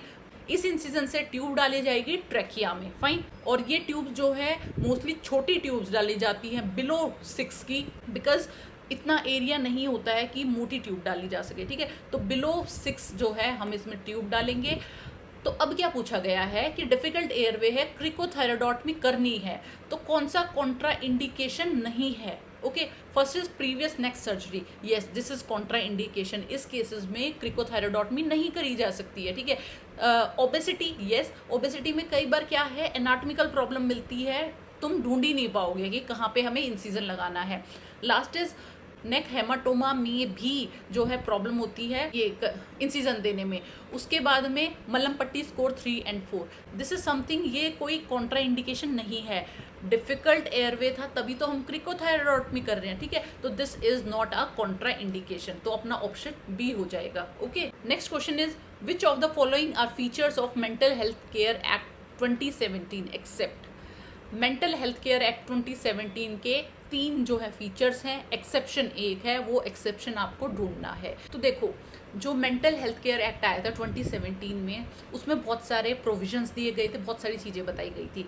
First was provision of advance directive. तो इसमें क्या है कि अगर कोई पर्सन चाहे तो पहले से ही इन रिटर्न लिख के दे सकता है कि इन केस अगर फ्यूचर में मुझे कोई मेंटल डिसऑर्डर हो जाता है तो how I needs to be treated, मुझे कैसे ट्रीट किया जाए, ओके। वो जो है पहले से ही लिख के देख सकता है, this is provision of advance directive, okay. Second was attempt to commit suicide not an offence. पहले क्या होता था, जो पेशेंट जो पर्सन जो है सुसाइड करता था वो एक ऑफेंस माना जाता था, वो एक मतलब क्रिमिनल एक्टिविटी मानी जाती थी, ठीक है। तो इसके बाद में क्या हुआ, 2017 के बाद में बोला गया कि नहीं, it is not a criminal activity, ये जो है स्ट्रेस के चलते पेशेंट ने किया है, ठीक है। तो अब जो है उन पर्सन्स को पनिशमेंट नहीं दी जाती, इन लोगों को रिहैबिलिटेट किया जाता है, ठीक है। And first is establishment of central mental health authority. इसमें क्या है, सेंट्रल लेवल पे एंड स्टेट लेवल पे जो है मेंटल हेल्थ अथॉरिटीज़ होनी चाहिए जो इन मेंटल इंस्टीट्यूशंस को ओवरसी करेंगी या रजिस्ट्रेशंस देखेंगी, ठीक है। मतलब इनका सारा काम जो है देखने के लिए, मेंटल हेल्थ इंस्टीट्यूशंस का काम देखने के लिए एक मेंटल हेल्थ अथॉरिटी होनी चाहिए, स्टेट लेवल पे भी और सेंट्रल लेवल पे भी। फाइन। अब बच गया अपना ऑप्शन बी। ऑप्शन बी क्या है, ECT is recommended for older adults in emergency situation. No, ऐसा कुछ नहीं बोला गया है, ठीक है। ECT के बारे में क्या बोला गया है कि माइनर्स में जो है अब ECT हम नहीं देंगे अनलेस एक एक्सपर्ट टीम ना बैठी हो और वो डायरेक्शन दे कि नहीं इसमें जो है ECT की ज़रूरत है, उस केसेस में हम माइनर्स को देंगे। बट अभी जो है माइनर्स में बैन कर दी गई है ECT, एक चीज़। दूसरी चीज़ क्या है, अब जो है मॉडिफाइड ECT दी जाती है। पहले क्या था, बहुत सारे केसेस में डायरेक्ट ECT दे दी जाती थी। डायरेक्ट में क्या होता है, विदाउट एनेस्थीसिया जो है आपने ECT दे दिया, तो दैट इज़ रॉन्ग। अब जो है मॉडिफाइड ही दी जाएगी। ओके, तो अपना ऑप्शन बी रहेगा। ओल्डर अडल्ट्स को लेके ऐसा कुछ रिकमेंडेशन नहीं था। Fine. Next question is, a patient undergoes a colon resection due to malignancy. Post operatively the patient develops symptoms of fatigue, pallor and neurological deficits. Which vitamin deficiency is most commonly associated with colon resection? तो एक patient है जिसका colon resection हुआ है, उसको जो malignancy थी, इसकी वजह से जो है कोलोन का रिसेक्शन किया गया है। अब इसके बाद में पोस्ट ऑपरेटिवली पेशेंट को क्या हो रहा है, फटीग हो रहा है, पेलर हो रहा है, न्यूरोलॉजिकल डेफिसिट्स देखने को मिल रहे हैं। तो कौन सी विटामिन डेफिशिएंसी हुई होगी? देखो, विटामिन B12 जो है हमारा इलियम में एब्जॉर्ब होता है, ठीक है। अगर कोलोन रिसेक्शन हुआ है तो इलियम भी रिसेक्ट हुई होगी, इसकी वजह से विटामिन B12 जो है एब्जॉर्ब नहीं हो पाएगा। ओके, तो हमारे यहाँ पे कौन सी डेफिशिएंसी हुई है, विटामिन B12 की। इसकी डेफिशिएंसी की वजह से ही फटीग देखने को मिलता है, पैलर देखने को मिलता है, plus neurological deficits. Neurological deficits में भी मोस्टली स्पाइनल कॉर्ड डिजनरेशन वाला प्रॉब्लम देखने को मिलता है, ठीक है। तो अपना हो जाएगा विटामिन B12, एक चीज़। दूसरी चीज़, विटामिन B12 कैसे एब्जॉर्ब होता है, स्टमक से इंट्रिंसिक फैक्टर रिलीज होगा, उससे जो है विटामिन B12 जो है बाइंड होके इलियम में एब्जॉर्ब होगा। ओके, दोबारा बता देती हूँ कि स्टमक से जो है, स्टमक से इंट्रिंसिक फैक्टर रिलीज होता है, इसकी वजह से ही, इसकी हेल्प से ही विटामिन B12 जो है इलियम में जाके एब्जॉर्ब होता है। फाइन। इस प्रॉब्लम का डायग्नोज करने के लिए शिलिंग टेस्ट किया जाता है, Schilling test. Fine. Next is breech presentation. दो स्टेटमेंट दी गई है, एक एजर्शन है और एक रीज़न है। तो इनमें से कौन सा ऑप्शन करेक्ट है? ओके, तो पहले एक स्टेटमेंट दी गई है, breech presentation increases the risk of umbilical cord prolapse. Breech presentation की वजह से कॉर्ड प्रोलैप्स के चांस बढ़ जाते हैं, ठीक बात है। Okay, this is right. Second is, in breech presentation the fetal buttocks do not completely cover the internal os. breech presentation में fetal buttocks क्या करते हैं, internal os को पूरी तरह से कवर नहीं कर पाते, जिसकी वजह से एक स्पेस बच जाएगा और कॉर्ड वहाँ से डिसेंड कर जाएगी। Yes, this is the reason. यही रीज़न है कि ब्रीच प्रेजेंटेशन में कॉर्ड प्रोलैप्स के बहुत ज़्यादा चांस होते हैं, ठीक है। तो A and R both are correct, assertion और रीज़न दोनों करेक्ट है। एंड रीज़न जो है एक्सप्लेन कर रहा है एजर्शन को, it means option D, both A and R are correct and R explains A। Fine. देखो, जब सिफेलिक प्रेजेंटेशन होती है और हेड जो है इंगेज्ड हो जाता है, ठीक है, तो एक वो सील फॉर्म हो जाती है और उसकी वजह से कॉर्ड प्रोलैप्स के चांस नहीं रहते हैं या बहुत कम हो जाएंगे। ओके, बट ब्रीच प्रेजेंटेशन में there is always a space, एक अच्छे से सील नहीं बन पाती है और कॉर्ड प्रोलैप्स के चांस ज़्यादा हो जाएंगे, ठीक है। तो ये होता है। इसके बाद में पूछ लिया जाता है, अगर कॉर्ड प्रोलैप्स है आप क्या करोगे? फर्स्ट इज, कभी भी कॉर्ड को वापस धकेलने की कोशिश नहीं करनी है, पुश बैक नहीं करना है। ओके, नेवर पुश बैक, एक चीज। सेकेंड थिंग क्या करनी है, ग्लव हैंड से, ग्लव वाले हैंड से आप प्रेजेंटिंग पार्ट को अपलिफ्ट करोगे। जो पार्ट उस कॉर्ड को कंप्रेस कर रहा है, आप उस पार्ट को अपलिफ्ट करोगे, ठीक है।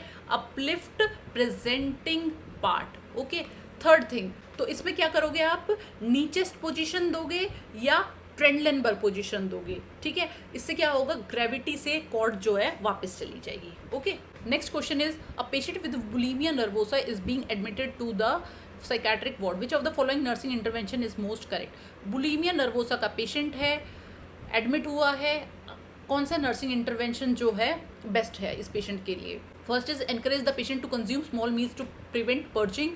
Second, observe the patient in the washroom immediately after meals. Yes, तो हम क्या है, बुलीमिया नर्वोसा के पेशेंट को हमेशा ऑब्जर्व करते हैं आफ्टर मील्स।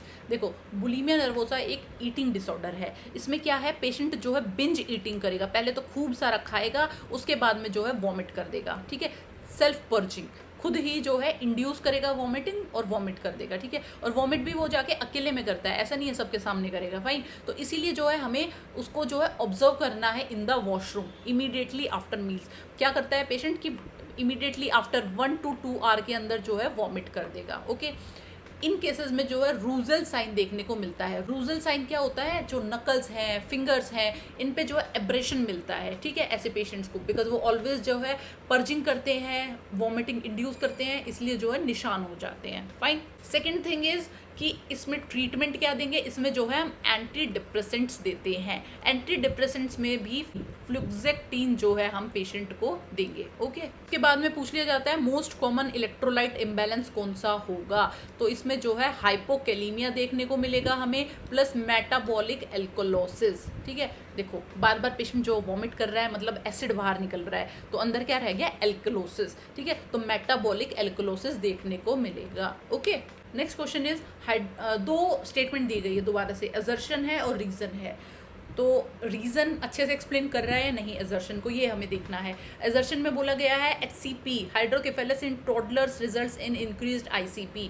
अगर हाइड्रोकेफेलस है तो ICP इंक्रीज कर जाएगा, या दिस इज राइट। और रीजन क्या दिया गया है, before the closure of cranial sutures.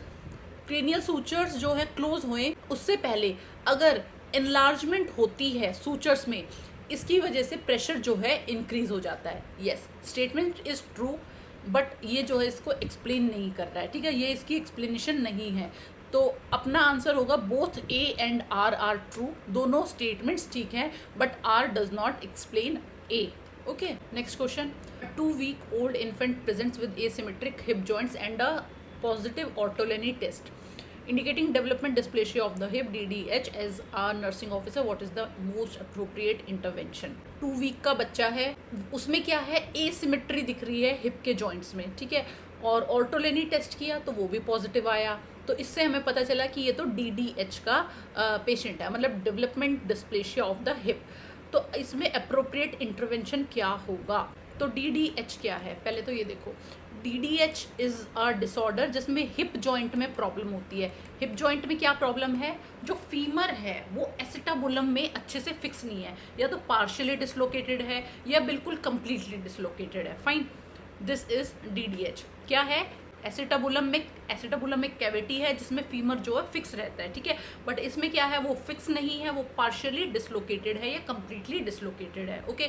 इसके बाद में ये किन लोगों में देखा जाता है, रिस्क फैक्टर क्या है, रिस्क फैक्टर है ब्रीच डिलीवरी। जिन बच्चों की ब्रीच डिलीवरी होती है उनमें देखा जाता है, प्लस फीमेल पेशेंट्स में ये जो है ज़्यादा देखा जाता है comparatively as compare to male, okay.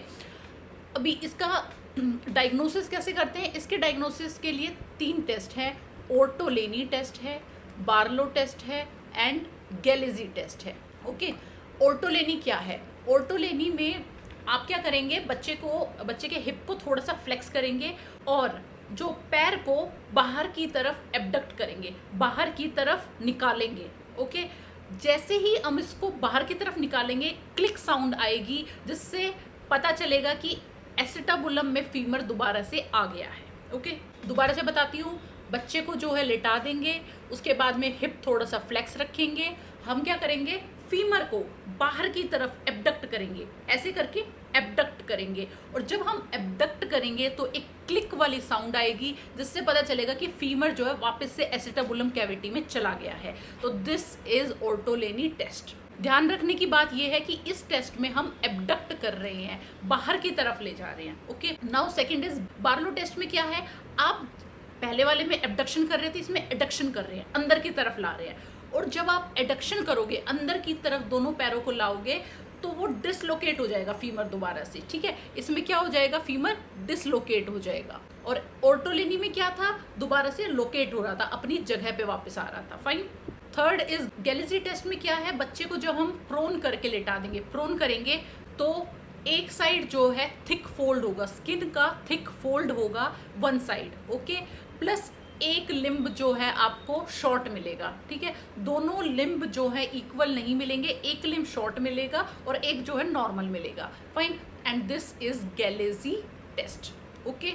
Diagnosis के लिए क्या बोल सकते हैं, डायग्नोसिस के लिए एक तो हम फिजिकल एग्जामिनेशन करेंगे, ठीक है। सेकंड क्या है, फिजिकल एग्जामिनेशन तो न्यूनेट्स में काम आएगा, जो 1 मंथ से छोटे बच्चे हैं, ओके। बट अगर बच्चा 4 to 6 मंथ्स का है तो यूएसजी करा सकते हैं एंड एक्सरे, ये जो है हमारा डायग्नोसिस क्राइटेरिया रहेगा। देन नेक्स्ट, अब हमें पता चल चुका है कि डीडीएच है, ट्रीटमेंट क्या करेंगे। अगर बच्चा अप टू 6 मंथ्स है तो लगाएंगे पॉलिक हार्नेस जो है लगाएंगे बच्चे को, ओके। बच्चा है अगर 6 से 18 मंथ्स का तो क्या करेंगे, क्लोज रिडक्शन कर देंगे plus hip spica cast, okay, hip spica cast. इसको आप प्लस माइनस लिख सकते हो, कई बार हिप स्पाइका कास्ट लगाया जाता है, कई बार नहीं लगाया जाता है, ओके। बट 6 to 18 मंथ्स का है तो हम क्लोज रिडक्शन करेंगे। बट अगर जो है बच्चा 18 मंथ से ऊपर है तो surgery is the only option, surgery करनी पड़ेगी, ओपन रिडक्शन करना पड़ेगा, ठीक है। तो इन केसेस में क्या है, जल्दी से जल्दी कोशिश की जाती है कि हम ऑर्थोपेडिक के पास में पेशेंट को भेज दें ताकि पॉलिक हार्नेस से ही काम चल जाए, ओपन सर्जरी ना करनी पड़े, ठीक है। तो अभी क्या है, 2 वीक का बच्चा है, हमें पता चल गया पॉजिटिव ऑर्टोलेनी टेस्ट है। ऐसे में आप क्या करोगे, inform the mother that it will resolve spontaneously. No, it will not resolve spontaneously. Second is educate the parents about using a Pavlik harness. Yes, Pavlik harness लगाना है बट तुम खुद से प्रिस्क्राइब नहीं कर सकते हो, ठीक है। ये तो ऑर्थोपेडिक सर्जन ही इसको प्रिस्क्राइब करेगा, तो सेकेंड भी नहीं है। Third is assure the parents that surgery will correct the condition. Yes, surgery will correct the condition, but क्या पता ये क्लोज रिडक्शन से ही ठीक हो जाए, ओके, क्या पता ये पॉलिक हार्नेस से ही ठीक हो जाए, ठीक है। तो ये जो है राइट ऑप्शन नहीं है, okay. So this is the option जो हम तब यूज़ करेंगे जब सारे ऊपर वाले ऑप्शंस जो है हमारे पास खत्म हो चुके हैं। And last is refer the baby to a paediatric orthopaedic surgeon. Yes, this is the right option. अगर आपको पता चल गया है कि ऑर्टोलेनी टेस्ट पॉजिटिव है तो डायरेक्टली जो है आप पेशेंट को रेफर कर दो ऑर्थोपेडिक सर्जन के पास में। Fine. Now next question, a 30-week pregnant mother recently delivered a baby by emergency LSCS. After some time, the baby is restless, grunting is present, chest retraction occurs, and on X-ray, ground glass appearance is seen. What is the diagnosis? 30 week की pregnant mother है, LSCS से जो है baby deliver किया है, okay. अब baby कैसा दिख रहा है, रेस्टलेस है, ग्रंटिंग प्रेजेंट है, चेस्ट रिट्रैक्शंस है और एक्सरे करवाया तो मिला ग्राउंड ग्लास अपीयरेंस। क्या डायग्नोसिस बनेगा, ठीक है। देखो, first is respiratory distress syndrome. Yes, answer ही इसका ये है, रेस्पिरेटरी डिस्ट्रेस सिंड्रोम। क्यों है रेस्पिरेटरी डिस्ट्रेस सिंड्रोम, क्यों है, क्योंकि इसमें बताया गया है 30 वीक्स प्रेग्नेंट मदर है, मतलब बेबी जो है प्री मैच्योर है। प्री मैच्योर बेबी जो है रिस्क फैक्टर है RDS का, एक चीज़। दूसरी चीज़ है एक्सरे में ग्राउंड ग्लास अपीयरेंस है, ये हमेशा आपको RDS में देखने को मिलेगी, ठीक है। तो दिस इज RDS, ठीक है। Second is transient tachypnoea of newborn. ये जो है नियर टर्म बेबीज में मिलेगा, जो ऑलमोस्ट टर्म बेबीज हैं उनमें मिलेगा ट्रांजिएंट टेकिपनिया ऑफ न्यूबॉर्न, मतलब TTN। दूसरी चीज, अगर TTN में एक्सरे करवाया जाएगा तो आपको मिलेगी fluid lines in x ray, okay. Second is hyper inflation जो है आपको देखने को मिलेगा। So this is TTN। But अपने क्वेश्चन में तो दिया गया है ग्राउंड ग्लास अपीयरेंस, तो TTN नहीं है। फाइन। थर्ड है मेकोनियम एस्पिरेशन सिंड्रोम, जो है या तो टर्म बेबीज में होगा या पोस्ट टर्म बेबीज में होगा, ठीक है, प्री टर्म में नहीं होगा। इसमें क्या होता है, जब यूट्रस में बेबी होता है तो उस पर जब स्ट्रेस फील होता है, उसको किसी भी वजह से स्ट्रेस हो सकता है, जैसे कि यूट्रोप्लेसेंटल इनसफिशिएंसी है या फिर और किसी तरीके का स्ट्रेस है, तो उस केसेस में बेबी जो है मेकोनियम पास कर देगा एंड मेकोनियम एस्पिरेशन सिंड्रोम जो है देखा जाएगा। Fine. And fourth is pneumonia में भी सिमिलर सिम्टम्स देखे जाते हैं, ठीक है, बट जो इन्होंने दिया है एक्सरे में ग्राउंड ग्लास अपीयरेंस दिख रही है, वो न्यूमोनिया में नहीं मिलेगा, ठीक है। तो अपने यहाँ पे दो इंपॉर्टेंट हिंट है क्वेश्चन में, एक तो 30 वीक की प्रेग्नेंट वुमेन है, second is ground glass appearance है।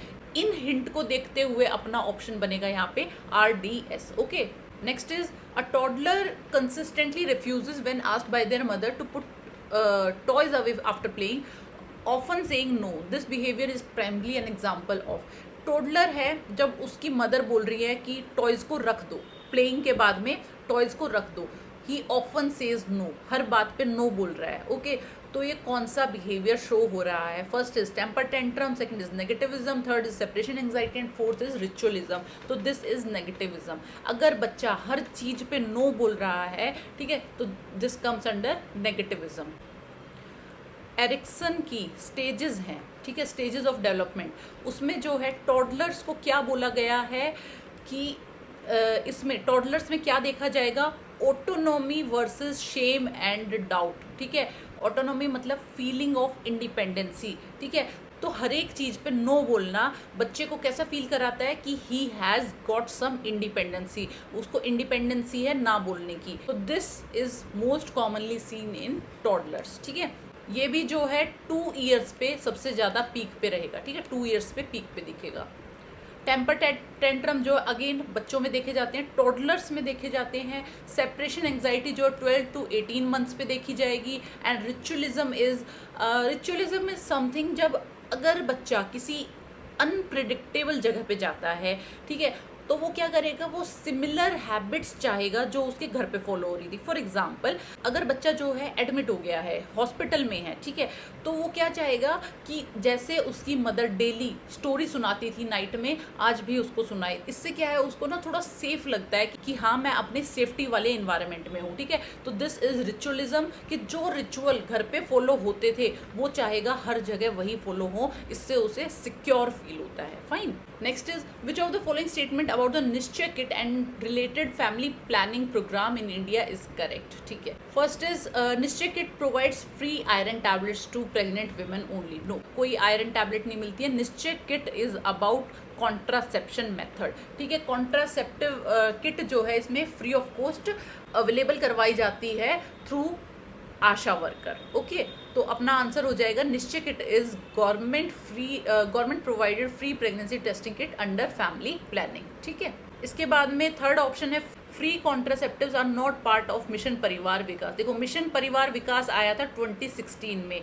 इनका मेन एजेंडा क्या था? टोटल फर्टिलिटी रेट जो है 2.1 तक लाना, ओके, 2.1 तक रिप्लेस कर देना। और इसमें क्या किया गया था कि 146 डिस्ट्रिक्ट्स पे फोकस किया गया था जहाँ पे TFR बहुत ज़्यादा था, टोटल फर्टिलिटी रेट बहुत ज़्यादा था, ठीक है।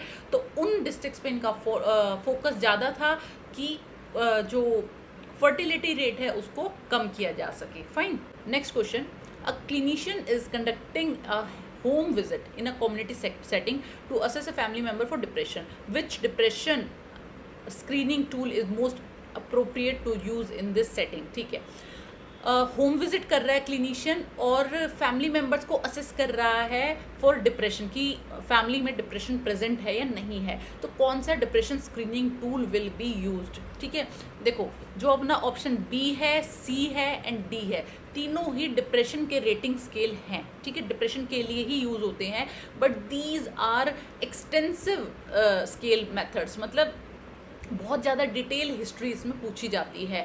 बट बिकॉज हमारे क्वेश्चन में दिया गया है कम्युनिटी सेटिंग है, तो हमें एक स्क्रीनिंग टूल चाहिए जो है जल्दी परफॉर्म किया जा सके। फाइन, तो इधर आंसर अपना रहेगा PHQ-9। तो PHQ-9 क्या होता है? Patient health questionnaire 9।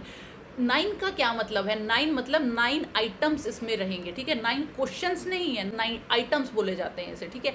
तो 9 आइटम्स के बिहाफ पे डिसाइड किया जाएगा कि पेशेंट को डिप्रेशन है या नहीं है, एंड है तो कौन सा है, माइल्ड है, मॉडरेट है या सीवियर है। इसमें क्या करेगा पेशेंट ही अपना जो है सेल्फ रिपोर्टिंग करता है, एक क्वेश्चनेयर प्रोवाइड किया जाएगा जिसके आंसर्स पे के बिहाफ पे जो है हम डिसाइड करेंगे। फाइन, इसमें क्या है स्कोरिंग रहती है 5 से 9 तक। अगर 5 से 9 के बीच में स्कोरिंग मिली है तो इट मीन्स माइल्ड डिप्रेशन है।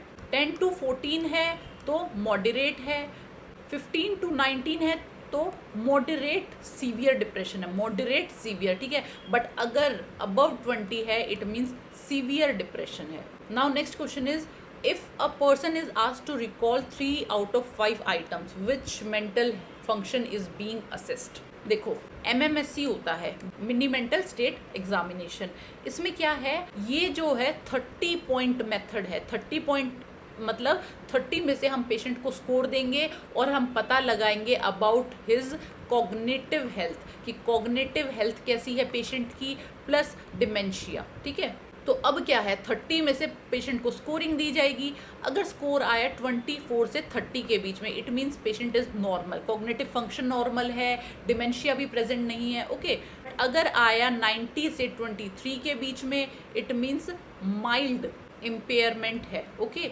अगर है 10 से 18 के बीच में इट मीन्स मॉडरेट है, एंड बिलो 10 है तो है सीवियर इम्पेयरमेंट, ठीक है। तो दिस इज MMSE। अब MMSE में क्या होता है कि जो एग्जामिनर है वो कोई भी 3 रैंडम वर्ड्स बोलेगा पेशेंट को, ठीक है। कोई भी 3 रैंडम वर्ड्स बोल दिए जैसे कि एप्पल, चेयर, फैन, ठीक है।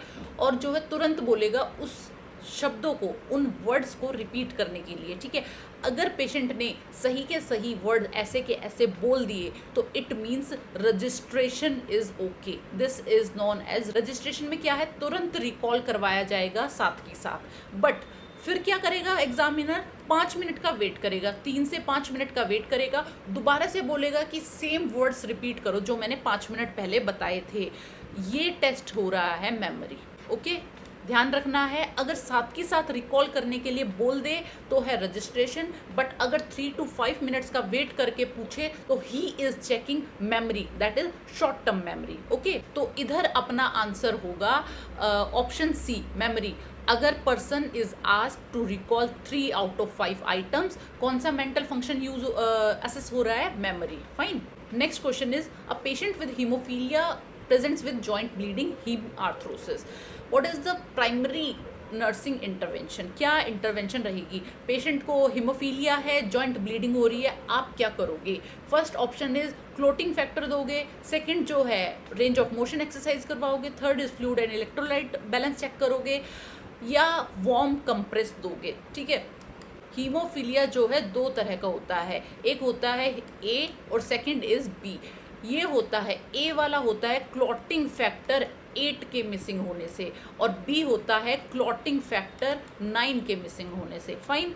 उसके बाद में haemophilia is x linked recessive disorder. ये भी पूछ लिया जाता है कि ये रिसेसिव है, डोमिनेंट है, एक्स लिंक्ड है या वाई लिंक्ड है, ठीक है। तो this is x linked recessive disorder, ठीक है।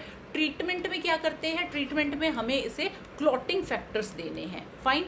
उसके बाद में एक क्वेश्चन पूछा जाता है कि इसमें क्या चेंज हो जाता है, कौन सी लैब वैल्यूज चेंज मिलेगी, तो इसमें जो है हमारा APTT चेंज मिलेगा, ठीक है। ध्यान रखना, बहुत इंपॉर्टेंट क्वेश्चन है। ब्लीडिंग टाइम पे कोई असर नहीं पड़ेगा, क्लोटिंग टाइम पे कोई असर नहीं पड़ेगा, INR पे कोई असर नहीं पड़ेगा, या प्लेटलेट काउंट पे कोई असर नहीं पड़ेगा, ठीक है। ओनली असर पड़ेगा तो APTT पे पड़ेगा, फाइन। इसके बाद में एक सपोर्टिव मैनेजमेंट क्या दे सकते हैं हम इसमें, राइस, ठीक है। राइस क्या होता है, R से रेस्ट, I for आइस मतलब cold compress, C for compression, direct compression of the joint, and E for elevation of the extremity, ठीक है। तो this is all about haemophilia. अब क्वेश्चन में क्या पूछा गया था कि हीमोफीलिया है, पेशेंट को जॉइंट ब्लीडिंग हुई है, आप क्या करोगे? Obviously we have only one thing, हम क्या करेंगे, क्लोटिंग फैक्टर जो है एडमिनिस्टर करेंगे, ठीक है। रेंज ऑफ मोशन एक्सरसाइजेस नहीं करवानी है, इससे और ज़्यादा ब्लीडिंग होगी, ठीक है। फ्लूइड एंड इलेक्ट्रोलाइट बैलेंस से ना डायरेक्ट कुछ असर पड़ने नहीं वाला है, ठीक है। तो this is also wrong. And fourth is warm compress नहीं देंगे, इससे ब्लीडिंग और ज़्यादा होगी, ठीक है। तो ऑप्शन ए रहेगा यहाँ पे। Next is, what is the recommended frequency for conducting regular hospital management information system in the community for record keeping and preventive care purposes, ठीक है। जो सब सेंटर्स होते हैं या हमारी PHCs होती हैं, CHCs होती हैं, ये जो है मंथली डेटा भेजती हैं HMIS के थ्रू डिस्ट्रिक्ट को, ठीक है, ताकि जो है एक प्रॉपर ट्रैकिंग हो सके। जैसे कोई एंटीनेटल मदर है तो उसके एंटीनेटल विजिट्स की ट्रैकिंग हो सके, बच्चा है तो इम्यूनाइजेशन की ट्रैकिंग हो सके। तो दिस इज डन मंथली, ठीक है। Next question is a patient is diagnosed with melancholic depression, what symptoms are most commonly associated with this condition, ठीक है। पेशेंट को जो है मेलनकोलिक डिप्रेशन है, कौन सा सिम्टम एसोसिएटेड मिलेगा? तो मेलनकोलिक डिप्रेशन में क्या देखने को मिलता है? अर्ली मॉर्निंग अवेकनिंग, पेशेंट जो है सुबह सुबह उठ जाएगा, उसके बाद में हमेशा 2 आवर्स पहले उठेगा। अर्ली मॉर्निंग अवेकनिंग मतलब 2 घंटे पहले उठेगा, जो उसका यूजुअल टाइम है, फाइन। सेकंड है एनीडोनिया देखने को मिलेगा, मतलब इनएबिलिटी टू एक्सपीरियंस प्लेजर, किसी भी चीज में किसी भी एक्टिविटी में प्लेजर नहीं आएगा। And third is emotional flattening, मतलब किसी भी चीज का कोई असर ही नहीं पड़ेगा। हैप्पी न्यूज़ पे वो खुश नहीं होगा, सैड न्यूज़ पे वो सैड नहीं होगा, ठीक है। तो ये जो टिपिकल सिम्टम्स हैं मेलनकोलिक डिप्रेशन के, फाइन। और एक्टिविटी जो है बिल्कुल कम हो जाएगी। तो अपना ऑप्शन रहेगा option A, anhedonia and decreased activity, ठीक है। Option B is agitation and restlessness, जो है एटिपिकल में मिलती है, ठीक है। एटिपिकल डिप्रेशन के सिम्टम्स हैं। Third is increased motor activity and alogia, तो इंक्रीज मोटर एक्टिविटी हमें जो है मेनिया में देखने को मिलती है, ये भी नहीं है। Fourth is evolution and grandiosity, these are the symptoms of schizophrenia, okay. Next question is a patient presents to the out patient department OPD with a blood pressure of this, fatigue and slurred speech and elevated temperature, what is the most likely diagnosis? तो जिस तरह के इधर symptoms दिख रहे हैं हमें, इतना ज़्यादा BP दिख रहा है 180/100, ठीक है, इट मीन्स हाइपरटेंशन है, स्लर्ड स्पीच है। इधर से पता चल रहा है कि पेशेंट को स्ट्रोक हो सकता है, ठीक है। तो अपना ऑप्शन होगा B। देखो, अगर ऑप्शन 4 होता एक्यूट रेस्पिरेटरी डिस्ट्रेस, इसमें ऐसे सिम्टम्स दिखेंगे ही नहीं। रेस्पिरेटरी डिस्ट्रेस में आपको सुनने को मिलेगा डिज्निया, ग्रंटिंग, चेस्ट रिट्रैक्शंस, इस तरह की चीज़ें दिखने को मिलेगी, बट ऐसा तो कुछ दिख नहीं रहा है, तो ये तो अपना ऑप्शन नहीं है। थर्ड है सेप्सिस, अगर होगा तो इन्फेक्शन देखने को मिलेगा प्लस हाइपोटेंशन देखने को मिलेगा, ठीक है। बट अपने पेशेंट को जो है हाइपरटेंशन है, तो ये भी नहीं है। First is hypertensive crisis, yes hypertensive crisis हो सकता है, बट इधर इन्होंने दे दिया स्लर्ड स्पीच से हम समझ गए कि पेशेंट को स्ट्रोक आ गया है, ठीक है। स्ट्रोक की बात हुई है तो इधर एक एक्रोनियम यूज होता है FAST असेसमेंट के लिए, फास्ट। F से होता है फेशियल ड्रूपिंग देखेंगे, A से जो है आर्म ड्रिफ्ट देखेंगे, आर्म को एक्सटेंड करवा के देखेंगे और आर्म में ड्रिफ्टिंग है तो इट मीन्स स्ट्रोक प्रेजेंट है। S is slurred speech, T for time, मतलब लास्ट टाइम, मतलब कितना टाइम हुआ है पेशेंट जब लास्ट टाइम ठीक देखा गया था, ओके। टाइम इस्टेब्लिश करना क्यों ज़रूरी है? टाइम इसलिए इस्टेब्लिश करना है, देखो 2 तरह के स्ट्रोक होते हैं, इस्कीमिक स्ट्रोक होता है, हेमरेजिक स्ट्रोक होता है। अगर इस्कीमिक स्ट्रोक होगा तो उसमें हम TPA देंगे, ठीक है, टिश्यू प्लाज्मिनोजन एक्टिवेटर, मतलब कि एल्टीप्लेस देंगे इसमें हम, और ये जो है हमें 3 से 4 घंटे में देना होता है, ओके। तो 3 से 4 घंटे में हमें ये देना होता है, इसीलिए इट इज़ वेरी इंपॉर्टेंट कि हमें पहले टाइम पूछ लें कि कितना टाइम हुआ है सिम्टम्स को आए, जब से सिम्टम्स स्टार्ट हुए हैं, fine. Now next question, which of the following parameters is included in biophysical profile BPP except? Biophysical profile होता है फीटल का वेलबींग चेक करने के लिए, ठीक है। ये अल्ट्रासाउंड से होगा।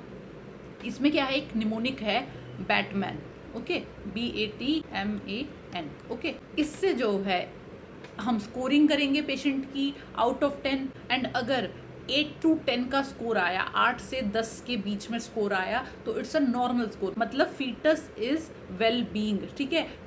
फीटस को कोई हाइपोक्सिक कंडीशन नहीं है, फाइन। B से जो है ब्रीदिंग मूवमेंट देखी जाएगी फीटस की। A से जो है एमनियोटिक फ्लूइड वॉल्यूम देखा जाएगा। T से टोन देखी जाएगी। M से जो है मूवमेंट्स देखी जाएगी बेबी की, एंड N से जो है NST नॉन स्ट्रेस टेस्ट। ये 5 पैरामीटर्स हैं, इनके बिहाफ पे, इनके बेसिस पे जो स्कोरिंग दी जाएगी, और अगर 8 से 10 के बीच का स्कोर आया इट मीन्स नॉर्मल, फाइन। तो फीटल टोन देखी जाती है, एमनियोटिक फ्लूइड वॉल्यूम देखा जाता है, फीटल ब्रीदिंग मूवमेंट देखी जाती है, बट सर्वाइकल डायलेशन नहीं देखी जाती है, ड्यूरिंग डिलीवरी देखी जाएगी, फाइन। तो ऑप्शन हो गया A। इसके बाद में नेक्स्ट क्वेश्चन है, a primigravida women comes into the emergency department with breech presentation, the nurse should know about the possible complication of breech delivery? Obviously, answer है कॉर्ड प्रोलैप्स। जब भी आपको ब्रीच प्रेजेंटेशन देखने को मिलेगी तो there are high chances कि cord prolapse मिले, ठीक है। ऑलरेडी एक ऐसा ही क्वेश्चन हमने पहले डिस्कस किया था कि ब्रीच डिलीवरी में क्या होता है, एक प्रॉपर सील नहीं बन पाती, जिससे चांसेस आर देयर कि कॉर्ड जो है प्रोलैप्स कर जाए, ठीक है। बट अगर प्रेजेंटेशन अपनी सिफेलिक रहेगी तो एक सील बन जाती है, तो देयर आर लेस चांसेस कि कॉर्ड प्रोलैप्स देखने को मिले, ठीक है। अब ब्रीच डिलीवरी भी अलग तरह की होती है, फुटलिंग हो सकती है, उसके बाद में फ्रैंक हो सकती है, या फिर कंप्लीट हो सकती है। इन तीनों में से भी फुटलिंग में सबसे ज़्यादा चांसेस हैं कॉर्ड प्रोलैप्स के, ठीक है। इसके बाद में ईसीवी क्या होता है, ईसीवी होता है एक्सटर्नल सिफेलिक वर्जन। तो इसमें क्या है, जो ब्रीच प्रेजेंटेशन वाला फीटस होता है उसको ट्राई करेंगे कि हम जो है सिफेलिक वाले प्रेजेंटेशन में ले आए, ठीक है। और ये कब किया जाता है, it is done between 36 to 37 weeks, ठीक है। अगर आप पहले कर दोगे तो क्या होगा, देयर आर चांसेस कि वो दोबारा घूम के उसी पोजीशन में आ जाए, ठीक है। तो ये 36-37 वीक्स पे किया जाएगा। Next is which of the following science is seen in IUD में कौन से साइन देखे जाते हैं, एक्सेप्ट कौन सा नहीं देखा जाएगा। फर्स्ट इज मैसरेशन देखा जाता है। होता क्या है, जब आईयूडी मतलब इंट्रा यूट्राइन डेथ फीटस की हो जाती है तो बेबी की जो स्किन है वो एमनियोटिक फ्लूइड से कॉन्स्टेंटली टच में है, इसकी वजह से मैसरेशन देखा जाएगा, मतलब स्किन जो है पील ऑफ होने लग जाएगी, ठीक है। तो मैसरेशन तो देखा जाएगा एंड ये स्टार्ट हो जाता है 12 से 24 आवर्स में, okay. Next is Robert sign क्या है, अगर आईयूडी हो गया है और फीटस का मतलब बेबी का जो है रेडियोलॉजिकल एग्जामिनेशन किया जाए तो उसमें हमें क्या दिखेंगे, गैस बबल्स दिखेंगे। गैस बबल्स कहाँ दिखते हैं, वेसल्स में, ठीक है, ब्लड वेसल्स में दिखेंगे, कार्डियक चेम्बर्स में दिखेंगे, ठीक है, हार्ट चेम्बर्स में दिखेंगे, मतलब कि, ठीक है। तो दिस इज रॉबर्ट साइन। अगर हार्ट के चेम्बर्स में बबल्स दिखाई दे रहे हैं तो this is Robert sign, and Robert sign से क्या पता चलता है कि आईयूडी हो गया है, ओके। उसके बाद में थर्ड इज स्टॉलवर्दी साइन, जो है आईयूडी में नहीं देखा जाता, तो ये अपना आंसर हो जाएगा। स्टॉलवर्दी साइन क्या है, जब प्लेसेंटा प्रीविया का पेशेंट है और इसमें से भी पोस्टीरियर प्लेसेंटा प्रीविया, तो इस केसेस में क्या होता है, जब आप फीमेल का, प्रेग्नेंट विमेन का ब्लैडर जो है हैंडल करोगे या फिर उस पर प्रेशर दोगे, इसकी वजह से FHR जो है ड्रॉप हो जाता है, ठीक है। And this is known as Stallworthy sign, okay. दोबारा बता रही हूँ, पोस्टीरियर प्लेसेंटा प्रीविया में जब आप मदर का ब्लैडर कंप्रेस करते हो या फिर हैंडल करते हो तो इसकी वजह से FHR जो है कम हो जाएगा, फीटल हार्ट रेट कम हो जाएगा, and this is Stallworthy sign. And last is Spalding sign. Spalding sign क्या होता है, जब हम यूएसजी करेंगे, ठीक है, यूएसजी में हमें ओवरलैपिंग ऑफ क्रेनियल बोन्स दिखेगी। क्रेनियल बोन्स जो है ओवरलैप कर जाएंगी, क्योंकि अब अंदर जो है आईसीपी नहीं है, इंट्राक्रेनियल कोई प्रेशर नहीं है, इसकी वजह से जो है क्रेनियल बोन्स जो है ओवरलैप कर जाएंगी, and this is known as Spalding sign, ठीक है। तो अपना आईयूडी में कितने साइंस देखने को मिलेंगे, मैसरेशन देखने को मिलेगा, रॉबर्ट साइन देखने को मिलेगा, प्लस स्पेल्डिंग साइन देखने को मिलेगा, fine. And Stallworthy sign is indicative of placenta previa, fine. Next is a postpartum women comes to the gynae OPD with complaints of fever, inflammation and tenderness in the breast and lymph node enlargement. These findings suggest which of the following clinical condition. Postpartum women है, gynae OPD आई है, fever की complaint है, inflammation है and tenderness है breast में और lymph node enlargement है। तो कौन सा फाइंडिंग सजेस्ट हो रहा है, तो देखो इसमें क्या बोला गया है, फीवर है और इन्फ्लेमेशन है। इधर से हमें पता चल गया कि मेस्टाइटिस है पेशेंट को। अगर ब्रेस्ट एब्सेस होता तो यहाँ पे पस दिया होता, ठीक है, तो पस तो नहीं है, पस का कोई जिक्र नहीं है, तो ब्रेस्ट एब्सेस तो नहीं है। सेकंड इज ब्रेस्ट इंगॉर्जमेंट पे इन्फेक्शन नहीं देखा जाएगा, फीवर नहीं देखा जाएगा, तो ये भी नहीं है, ठीक है। And breast milk duct blockage में क्या होता है, एक लंप बन जाता है, एक डक्ट कोई ब्लॉक हो गई है उसकी वजह से एक लंप फील होगा, बट ऐसे सिस्टमिक साइंस उसमें नहीं देखने को मिलेंगे, फीवर जैसे, टेंडरनेस जैसे, ओके। तो this is also wrong. Next question is a paediatrician has prescribed oxygen as needed for an infant with heart failure, which situation would likely increase the oxygen demand requiring the nurse to administer oxygen to the infant. एक infant है जिसका heart failure हो गया है तो उसको oxygen prescribe की गई है, तो कौन सी सिचुएशन में जो है ऑक्सीजन डिमांड बढ़ जाएगी? First is during sleep, no, sleep के टाइम पे ऑक्सीजन डिमांड नहीं बढ़ती है। Second is when changing the infant diaper, no, इससे भी कुछ नहीं है। Third is when a parent is holding the infant, no. Fourth is when drawing blood for electrolyte level testing, yes, जब आप ब्लड जो है विड्रॉ करोगे तो इससे जो है पेशेंट को पेन होगा, पेन की वजह से क्राई करेगा, क्राई की वजह से मायोकार्डियल ऑक्सीजन डिमांड जो है बढ़ जाएगी, ठीक है। तो अपना आंसर हो गया है डी।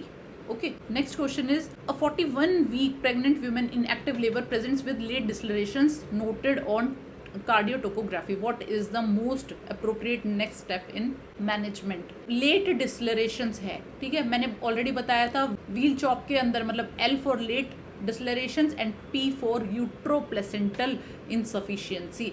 तो यूट्रोप्लेसेंटल अगर इनसफिशियंसी है, you will administer oxygen and change maternal position, ठीक है।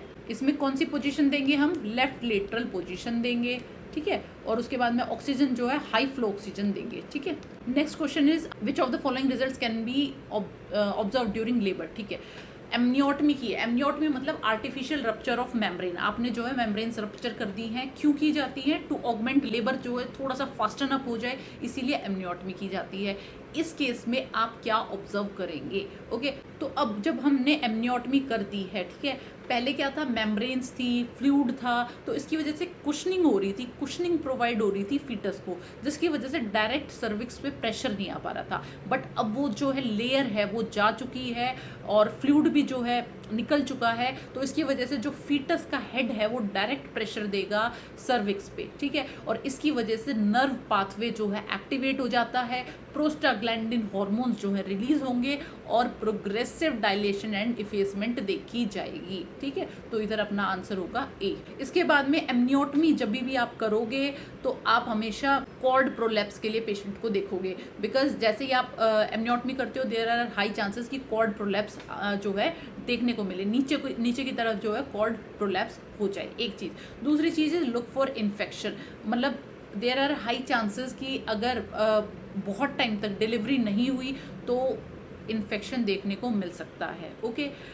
थर्ड थिंग है जब भी आप एमनियोटमी करोगे तो आपको जो है फ्लूइड का वॉल्यूम कितना जो है एमनियोटिक फ्लूइड निकला था, कैसे कलर का था, मिकोनियम स्टेन तो नहीं था, ओके, ये सब जो है आपको मेंशन करना होता है। Next question is when the babies head become fully visible at the vaginal opening with intense burning on stinging sensation felt as the baby's head stretches, this is described as crowning। जब आपको baby का head दिखने लग जाए, एक intense burning sensation होगी, तो इसको हम क्राउनिंग बोलते हैं, okay. And this happens at second stage of labour. ये क्वेश्चन पूछ लिया जाता है कि क्राउनिंग फर्स्ट स्टेज में होती है, सेकंड स्टेज में होती है, तो क्राउनिंग हमेशा सेकंड स्टेज में देखने को मिलेगी। Next is identify the following manual which shows in the image use to detect fetal lie and presentation.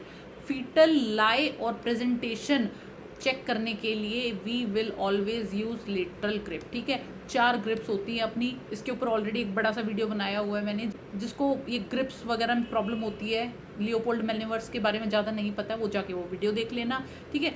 और सेकंड लेटरल ग्रिप में क्या करते हैं, दोनों साइड एब्डोमेन के दोनों साइड जो है पाल्पेट करते हैं मदर के to check fetal lie and presentation. Next is a postpartum women comes to the OPD with fever, chills and malodorous lochia discharge, these findings indicate to postpartum women है, fever है, chills है, malodorous lochia discharge है, तो obviously पर्क्यूरल sepsis जो है reason रहेगा।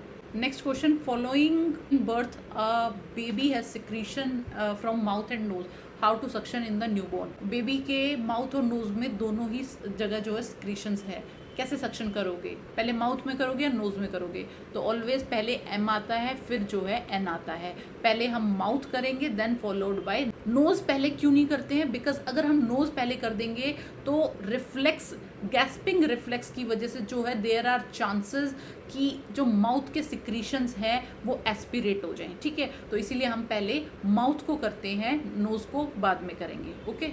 Now next question, a newborn baby is diagnosed with epispadiasis, a condition where the urethral opening is abnormally positioned.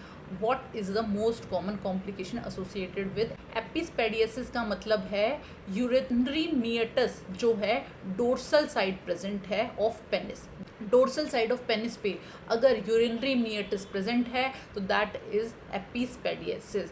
दूसरा होता है हाइपोस्पेडियसिस में होता है वेंट्रल साइड, ठीक है, वेंट्रल साइड अगर यूरिनरी मियटस प्रेजेंट है तो दैट इज हाइपोस्पेडियसिस। एक चीज।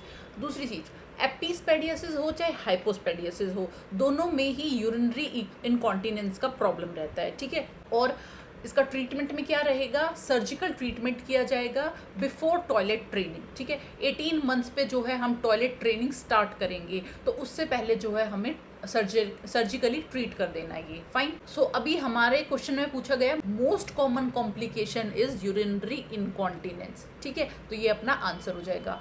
बट अगर पूछा जाता मोस्ट कॉमन एनामली, कौन सी एनामली जो है मोस्ट कॉमनली मिलती है एपिस्पेडियसिस के साथ, तो अपना आंसर होता एक्स्ट्रॉफी ऑफ ब्लैडर, ठीक है। अगर मोस्ट कॉमन एनामली पूछेंगे तो ऑप्शन रहेगा बी, एक्स्ट्रॉफी ऑफ ब्लैडर। बट अगर मोस्ट कॉमन कॉम्प्लिकेशन पूछेंगे तो that is urinary incontinence. Okay, next is which type of play activities is seen in 3-year-old children. 3 साल के बच्चे में कौन सी प्ले एक्टिविटी देखने को मिलेगी। देखो, स्पाइका होता है, SPICA। एस से होता है सॉलिटरी प्ले, ठीक है। P से है पैरेलल, I से है इमिटेटिव या फिर associative, C for cooperative and A for adolescent. Okay, अब जो सॉलिटरी है, ठीक है, सॉलिटरी कह सकते हो या इसको ऑन लुकर प्ले कह सकते हो। ओके, तो ये जो है इन्फेंट्स में मिलेगा आपको, ठीक है। तो इन्फेंट्स में क्या होता है, सॉलिटरी प्ले देखा जाता है कि बच्चा जो है अकेले खेल लेता है, ठीक है, या फिर किसी को देखता रहेगा, ठीक है, बट उसे ये नहीं चाहिए कि कोई मेरे साथ आके खेले, तो सो this is seen in infants. Second is parallel play मिलता है टॉडलर्स में। तो इसमें क्या होता है, सिमिलर सा टॉय होगा, एक बच्चा अपने टॉय से खेलेगा और दूसरा जो है अपने टॉय से खेलेगा, ठीक है, तो दैट इज पैरेलल प्ले। जैसे कि इसमें बुक्स कलरिंग हो सकता है या ब्लॉक मेकिंग हो सकता है, ये सब जो है पैरेलल प्ले में आता है। Third is imitative play. Imitative या एसोसिएटिव प्ले जो है प्री स्कूलर्स में देखा जाता है। तो इसमें क्या होता है, प्रिटेंड प्ले होता है। इमिटेटिव मतलब प्रिटेंड प्ले, देख के जो है बच्चा गेम खेल रहा है, जैसे कि बच्चा जो है ड्रेसअप होना सीख रहा है, कैसे, एक दूसरे को देख के, that is imitative. Second is जो बच्चे खेलते हैं, तो that is found in pre school. Okay, वो जो है इमिटेटिव प्ले है, वो जो है बड़ों का रोल प्ले करेंगे कि एक बच्चा मदर बनेगा, एक फादर बनेगा, एक चिल्ड्रन बनेगा, ऐसे करके, ठीक है, तो दैट इज इमिटेटिव प्ले, ठीक है। इसको बोलते हैं associative play and it is found in pre school. Next is cooperative play, जो है स्कूल एज वाले बच्चों में मिलेगा। ये गेम जो है विद रूल्स खेले जाएंगे, जैसे कि कैरम बोर्ड खेल रहा है बच्चा या कोई फुटबॉल खेल रहा है, ठीक है, तो that is cooperative play. This play is followed by rules, ठीक है, इसमें जो है रूल्स मिलेंगे। And last is adolescent play, मतलब आप बोल सकते हैं कॉम्पिटिटिव प्ले मिलेगा यहाँ पे, ठीक है। कॉम्पिटिटिव प्ले में क्या है, जैसे स्कूल्स में बच्चे खेलते हैं या यूनिवर्सिटी लेवल पे खेलते हैं, ठीक है, तो उसमें जो है कॉम्पिटिशन होता है and that is known as competitive play और एडोलेसेंट प्ले। तो 3 साल का बच्चा अगर टॉडलर है तो उसमें कौन सा प्ले मिलेगा, parallel play, children play near each other. Okay, now next question. A newborn fails to pass meconium within the first 24 to 48 hours after birth and on rectal examination passes stool and flatus. This clinical presentation should raise suspicion of which congenital condition. First 24 से 48 hour after birth जो है newborn ने meconium पास नहीं किया, rectal examination किया, तो फिर क्या है, मिकोनियम पास कर दिया, मतलब स्टूल और फ्लेटस पास कर दिया। ये कौन सा कंजेनाइटल कंडीशन शो होता है, तो दिस इज हर्शस्प्रंग डिजीज। इसमें क्या होता है, congenital absence of ganglionic cells in distal colon, ठीक है, डिस्टल कॉलोन में जो है गैंग्लियोनिक सेल्स एब्सेंट होगी, ठीक है, तो दिस इज हर्शस्प्रंग डिजीज। अब देखो, इंटूससेप्शन में भी यही प्रॉब्लम होता है कि बच्चा जो है स्टूल पास नहीं करता, but it is seen in later stages, ठीक है, ये जो है 6 to 8 मंथ्स पे मिलेगा इंटूससेप्शन, ठीक है। कॉलिकली जो है पेन होगा, बच्चा जो है नीज को अपने एब्डोमेन में विड्रॉ कर लेगा, तो this type of symptoms is seen in intussusception. But हमारे क्वेश्चन में दिया गया है फर्स्ट 1 से 2 दिन में जो है प्रॉब्लम आ गई है, तो दिस इज कंजेनाइटल प्रॉब्लम, मतलब हर्षस्प्रंग डिजीज है। Okay, next is in a pregnant women what is the purpose of indirect Coombs test का क्या पर्पस है। देखो कूम टेस्ट जो है 2 होते हैं, एक होता है डायरेक्ट एंड दूसरा होता है इनडायरेक्ट। ठीक है, कूम टेस्ट करा क्यों जाता है, this is done to find out haemolytic disease. ठीक है, हीमोलिटिक डिजीज जैसे कि एबीओ इनकम्पैटिबिलिटी है, ये सब पता करने के लिए कूम टेस्ट किया जाता है। डायरेक्ट किया जाता है बच्चों में जो न्यूबॉर्न है, एंड इनडायरेक्ट किया जाता है मदर में। ठीक है, याद रखना है, ये पूछ लिया जाता है, डायरेक्ट किया जाएगा न्यूबॉर्न में एंड इनडायरेक्ट किया जाएगा मदर में। फाइन। दूसरी बात, अगर टेस्ट जो है पॉजिटिव है, मतलब एंटीबॉडीज जो है मदर में बन चुकी है, तो उसके लिए हमें RH सेंसिटाइज मदर में क्या देना होता है, एंटी डी इम्यूनोग्लोबिन। ठीक है, इसका डोज पूछ लिया जाता है, इसका डोज होता है 300 माइक्रोग्राम या फिर 1500 इंटरनेशनल यूनिट्स। ठीक है, ये इसकी जो है 2 डोज दी जाएंगी, एक 28 वीक्स पे दी जाएगी एंड एक after delivery within 72 hours दी जाएगी। ओके, बट अगर प्रेग्नेंट वेमेन का अबॉर्शन हो जाता है बिफोर 12 वीक्स, 12 वीक्स से पहले ही अबॉर्शन हो गया है, तो हम देंगे 50 माइक्रोग्राम। बट अगर 12 वीक के बाद में, 12 वीक्स के बाद में अबॉर्शन हुआ है, तो हम देंगे 300 microgram. Okay, next question is in a G3P1 woman at 32 weeks of gestation who is at risk for preterm labor, which of the following is the best nursing intervention। G3P1 women है, 32 weeks gestation पे आई है, preterm labour होने के पूरे chances हैं, आप क्या करोगे। देखो अभी जो है जेस्टेशन जो है 32 वीक्स पे है, मतलब कंप्लीट नहीं है, प्रीटर्म लेबर है, तो आप जो है इसको रोकने की कोशिश करोगे। दूसरी बात, अगर ये इनएविटेबल है, मतलब आप नहीं रोक सकते हो इसको, तो आप क्या करोगे, कॉर्टिकोस्टेरॉइड्स दोगे, मतलब बीटामिथासोन दोगे या डेक्सामिथासोन दोगे। इससे क्या होता है, ये जो डेक्सामिथासोन है ये प्लेसेंटा को क्रॉस करता है एंड टाइप 2 न्यूमोसाइट्स को लंग में जाके, बच्चे के लंग्स में जाके टाइप 2 न्यूमोसाइट्स को एक्टिवेट करेगा, जिससे सर्फेक्टेंट बनेगा। ठीक है, तो corticosteroids is administered in pre labour cases. Okay, अब इसके बाद में डोज पूछ लिया जाता है कि बीटा मीथासोन का कितना डोज दोगे एंड डेक्सा का कितना दोगे। ओके, तो बीटा का डोज दिया जाता है 12 mg, 2 डोजेस दी जाएंगी 12 mg, 24 आवर्स अपार्ट, दोनों डोजेज में 24 घंटे का डिफरेंस होगा। बट डेक्सामिथासोन जो है 6 mg दिया जाता है, इसकी भी 2 डोजेज रहेंगी, बट डिफरेंस रहेगा 12 आवर्स का। Okay, next question is after surfactant administration in preterm baby which of the following outcomes is expected. Surfactant administer कर दिया है प्रीटर्म बेबी में, तो कौन से आउटकम्स जो हैं एक्सपेक्टेड हैं, तो क्या है, अगर आपने सर्फेक्टेंट एडमिनिस्टर कर दिया है तो ऑब्वियसली ब्रीदिंग एफर्ट्स जो है कम हो जाएंगे, मतलब बच्चे का ब्रीदिंग पैटर्न जो है थोड़ा सा इजी हो जाएगा। ठीक है, तो ये अपना आंसर हो जाएगा। Next question is a baby presents with coughing choking cyanosis, these symptoms are most indicative of which condition. TEF, 3C जो है TEF में देखे जाते हैं। Next question is wide pulse pressure is characteristic haemodynamic finding in which congenital heart defect. Wide pulse pressure किस में मिलेगा, तो it is found in PDA, patent ductus arteriosus. इसमें क्या होता है, एक आयोटा और पल्मोनरी आर्टरी के बीच में जो डक्ट थी, इन दोनों के बीच में वो क्लोज नहीं हुई है, it is known as patent ductus arteriosus. इसमें क्या मिलता है, इंक्रीज सिस्टोलिक प्रेशर, सिस्टोलिक बढ़ा हुआ मिलेगा। सेकंड है डिक्रीज डायस्टोलिक कम मिलेगा, एंड थर्ड इज इस दोनों की वजह से वाइड पल्स प्रेशर मिलेगा, वाइड पल्स प्रेशर। चौथी चीज इसमें मिलती है कॉन्टिन्यूअस मरमर, आपको सुनने को मिलेगा, continuous machinery like murmur. Fine. Next question is a child has an IQ of 50, how would their level of intellectual disability be classified. IQ जो है 50 है, तो आप इसको कौन सा इंटेलेक्चुअल डिसेबिलिटी में डालोगे, माइल्ड, मॉडरेट, सीवियर और प्रोफाउंड। ठीक है, नॉर्मल IQ कितना होता है, 90 से 109 जो है नॉर्मल है। फाइन। इसके बाद में 80 से 89 तक जो है लो एवरेज है। ठीक है, ये एवरेज था, 80 से 89 तक लो एवरेज हो गया। अब 70 से 79 तक जो है बॉर्डर लाइन है। 50 से 69 इज माइल्ड इंटेलेक्चुअल डिसेबिलिटी। 35 से 49 इज मॉडरेट। 20 से 34 तक is severe and below 20 is profound. ठीक है, ये याद कर लेना, इधर से पूछ लिया जाता है क्वेश्चन। ठीक है, 90 से 109 इज नॉर्मल, एवरेज है। ठीक है, तो अभी अपने क्वेश्चन में क्या दिया गया है, 50 किसके अंडर आता है, तो this is mild intellectual disability. Next question is which restraint is mostly used in a baby with cleft lip and palate following surgery.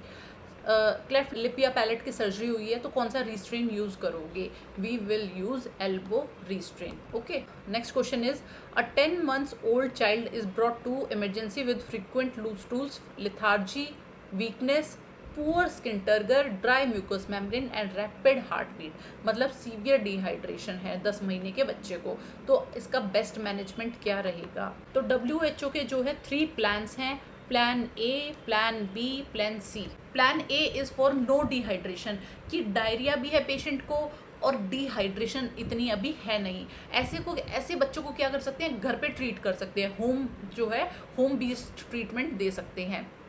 इसमें हम जो है नॉर्मली ORS देंगे। ठीक है, अगर बच्चा लेस देन 2 years है तो we will give 50 to 100 ml of ORS after each loose stool. ठीक है, हर लूज स्टूल के बाद में जो है 50 से 100 ml ऑफ ORS देंगे।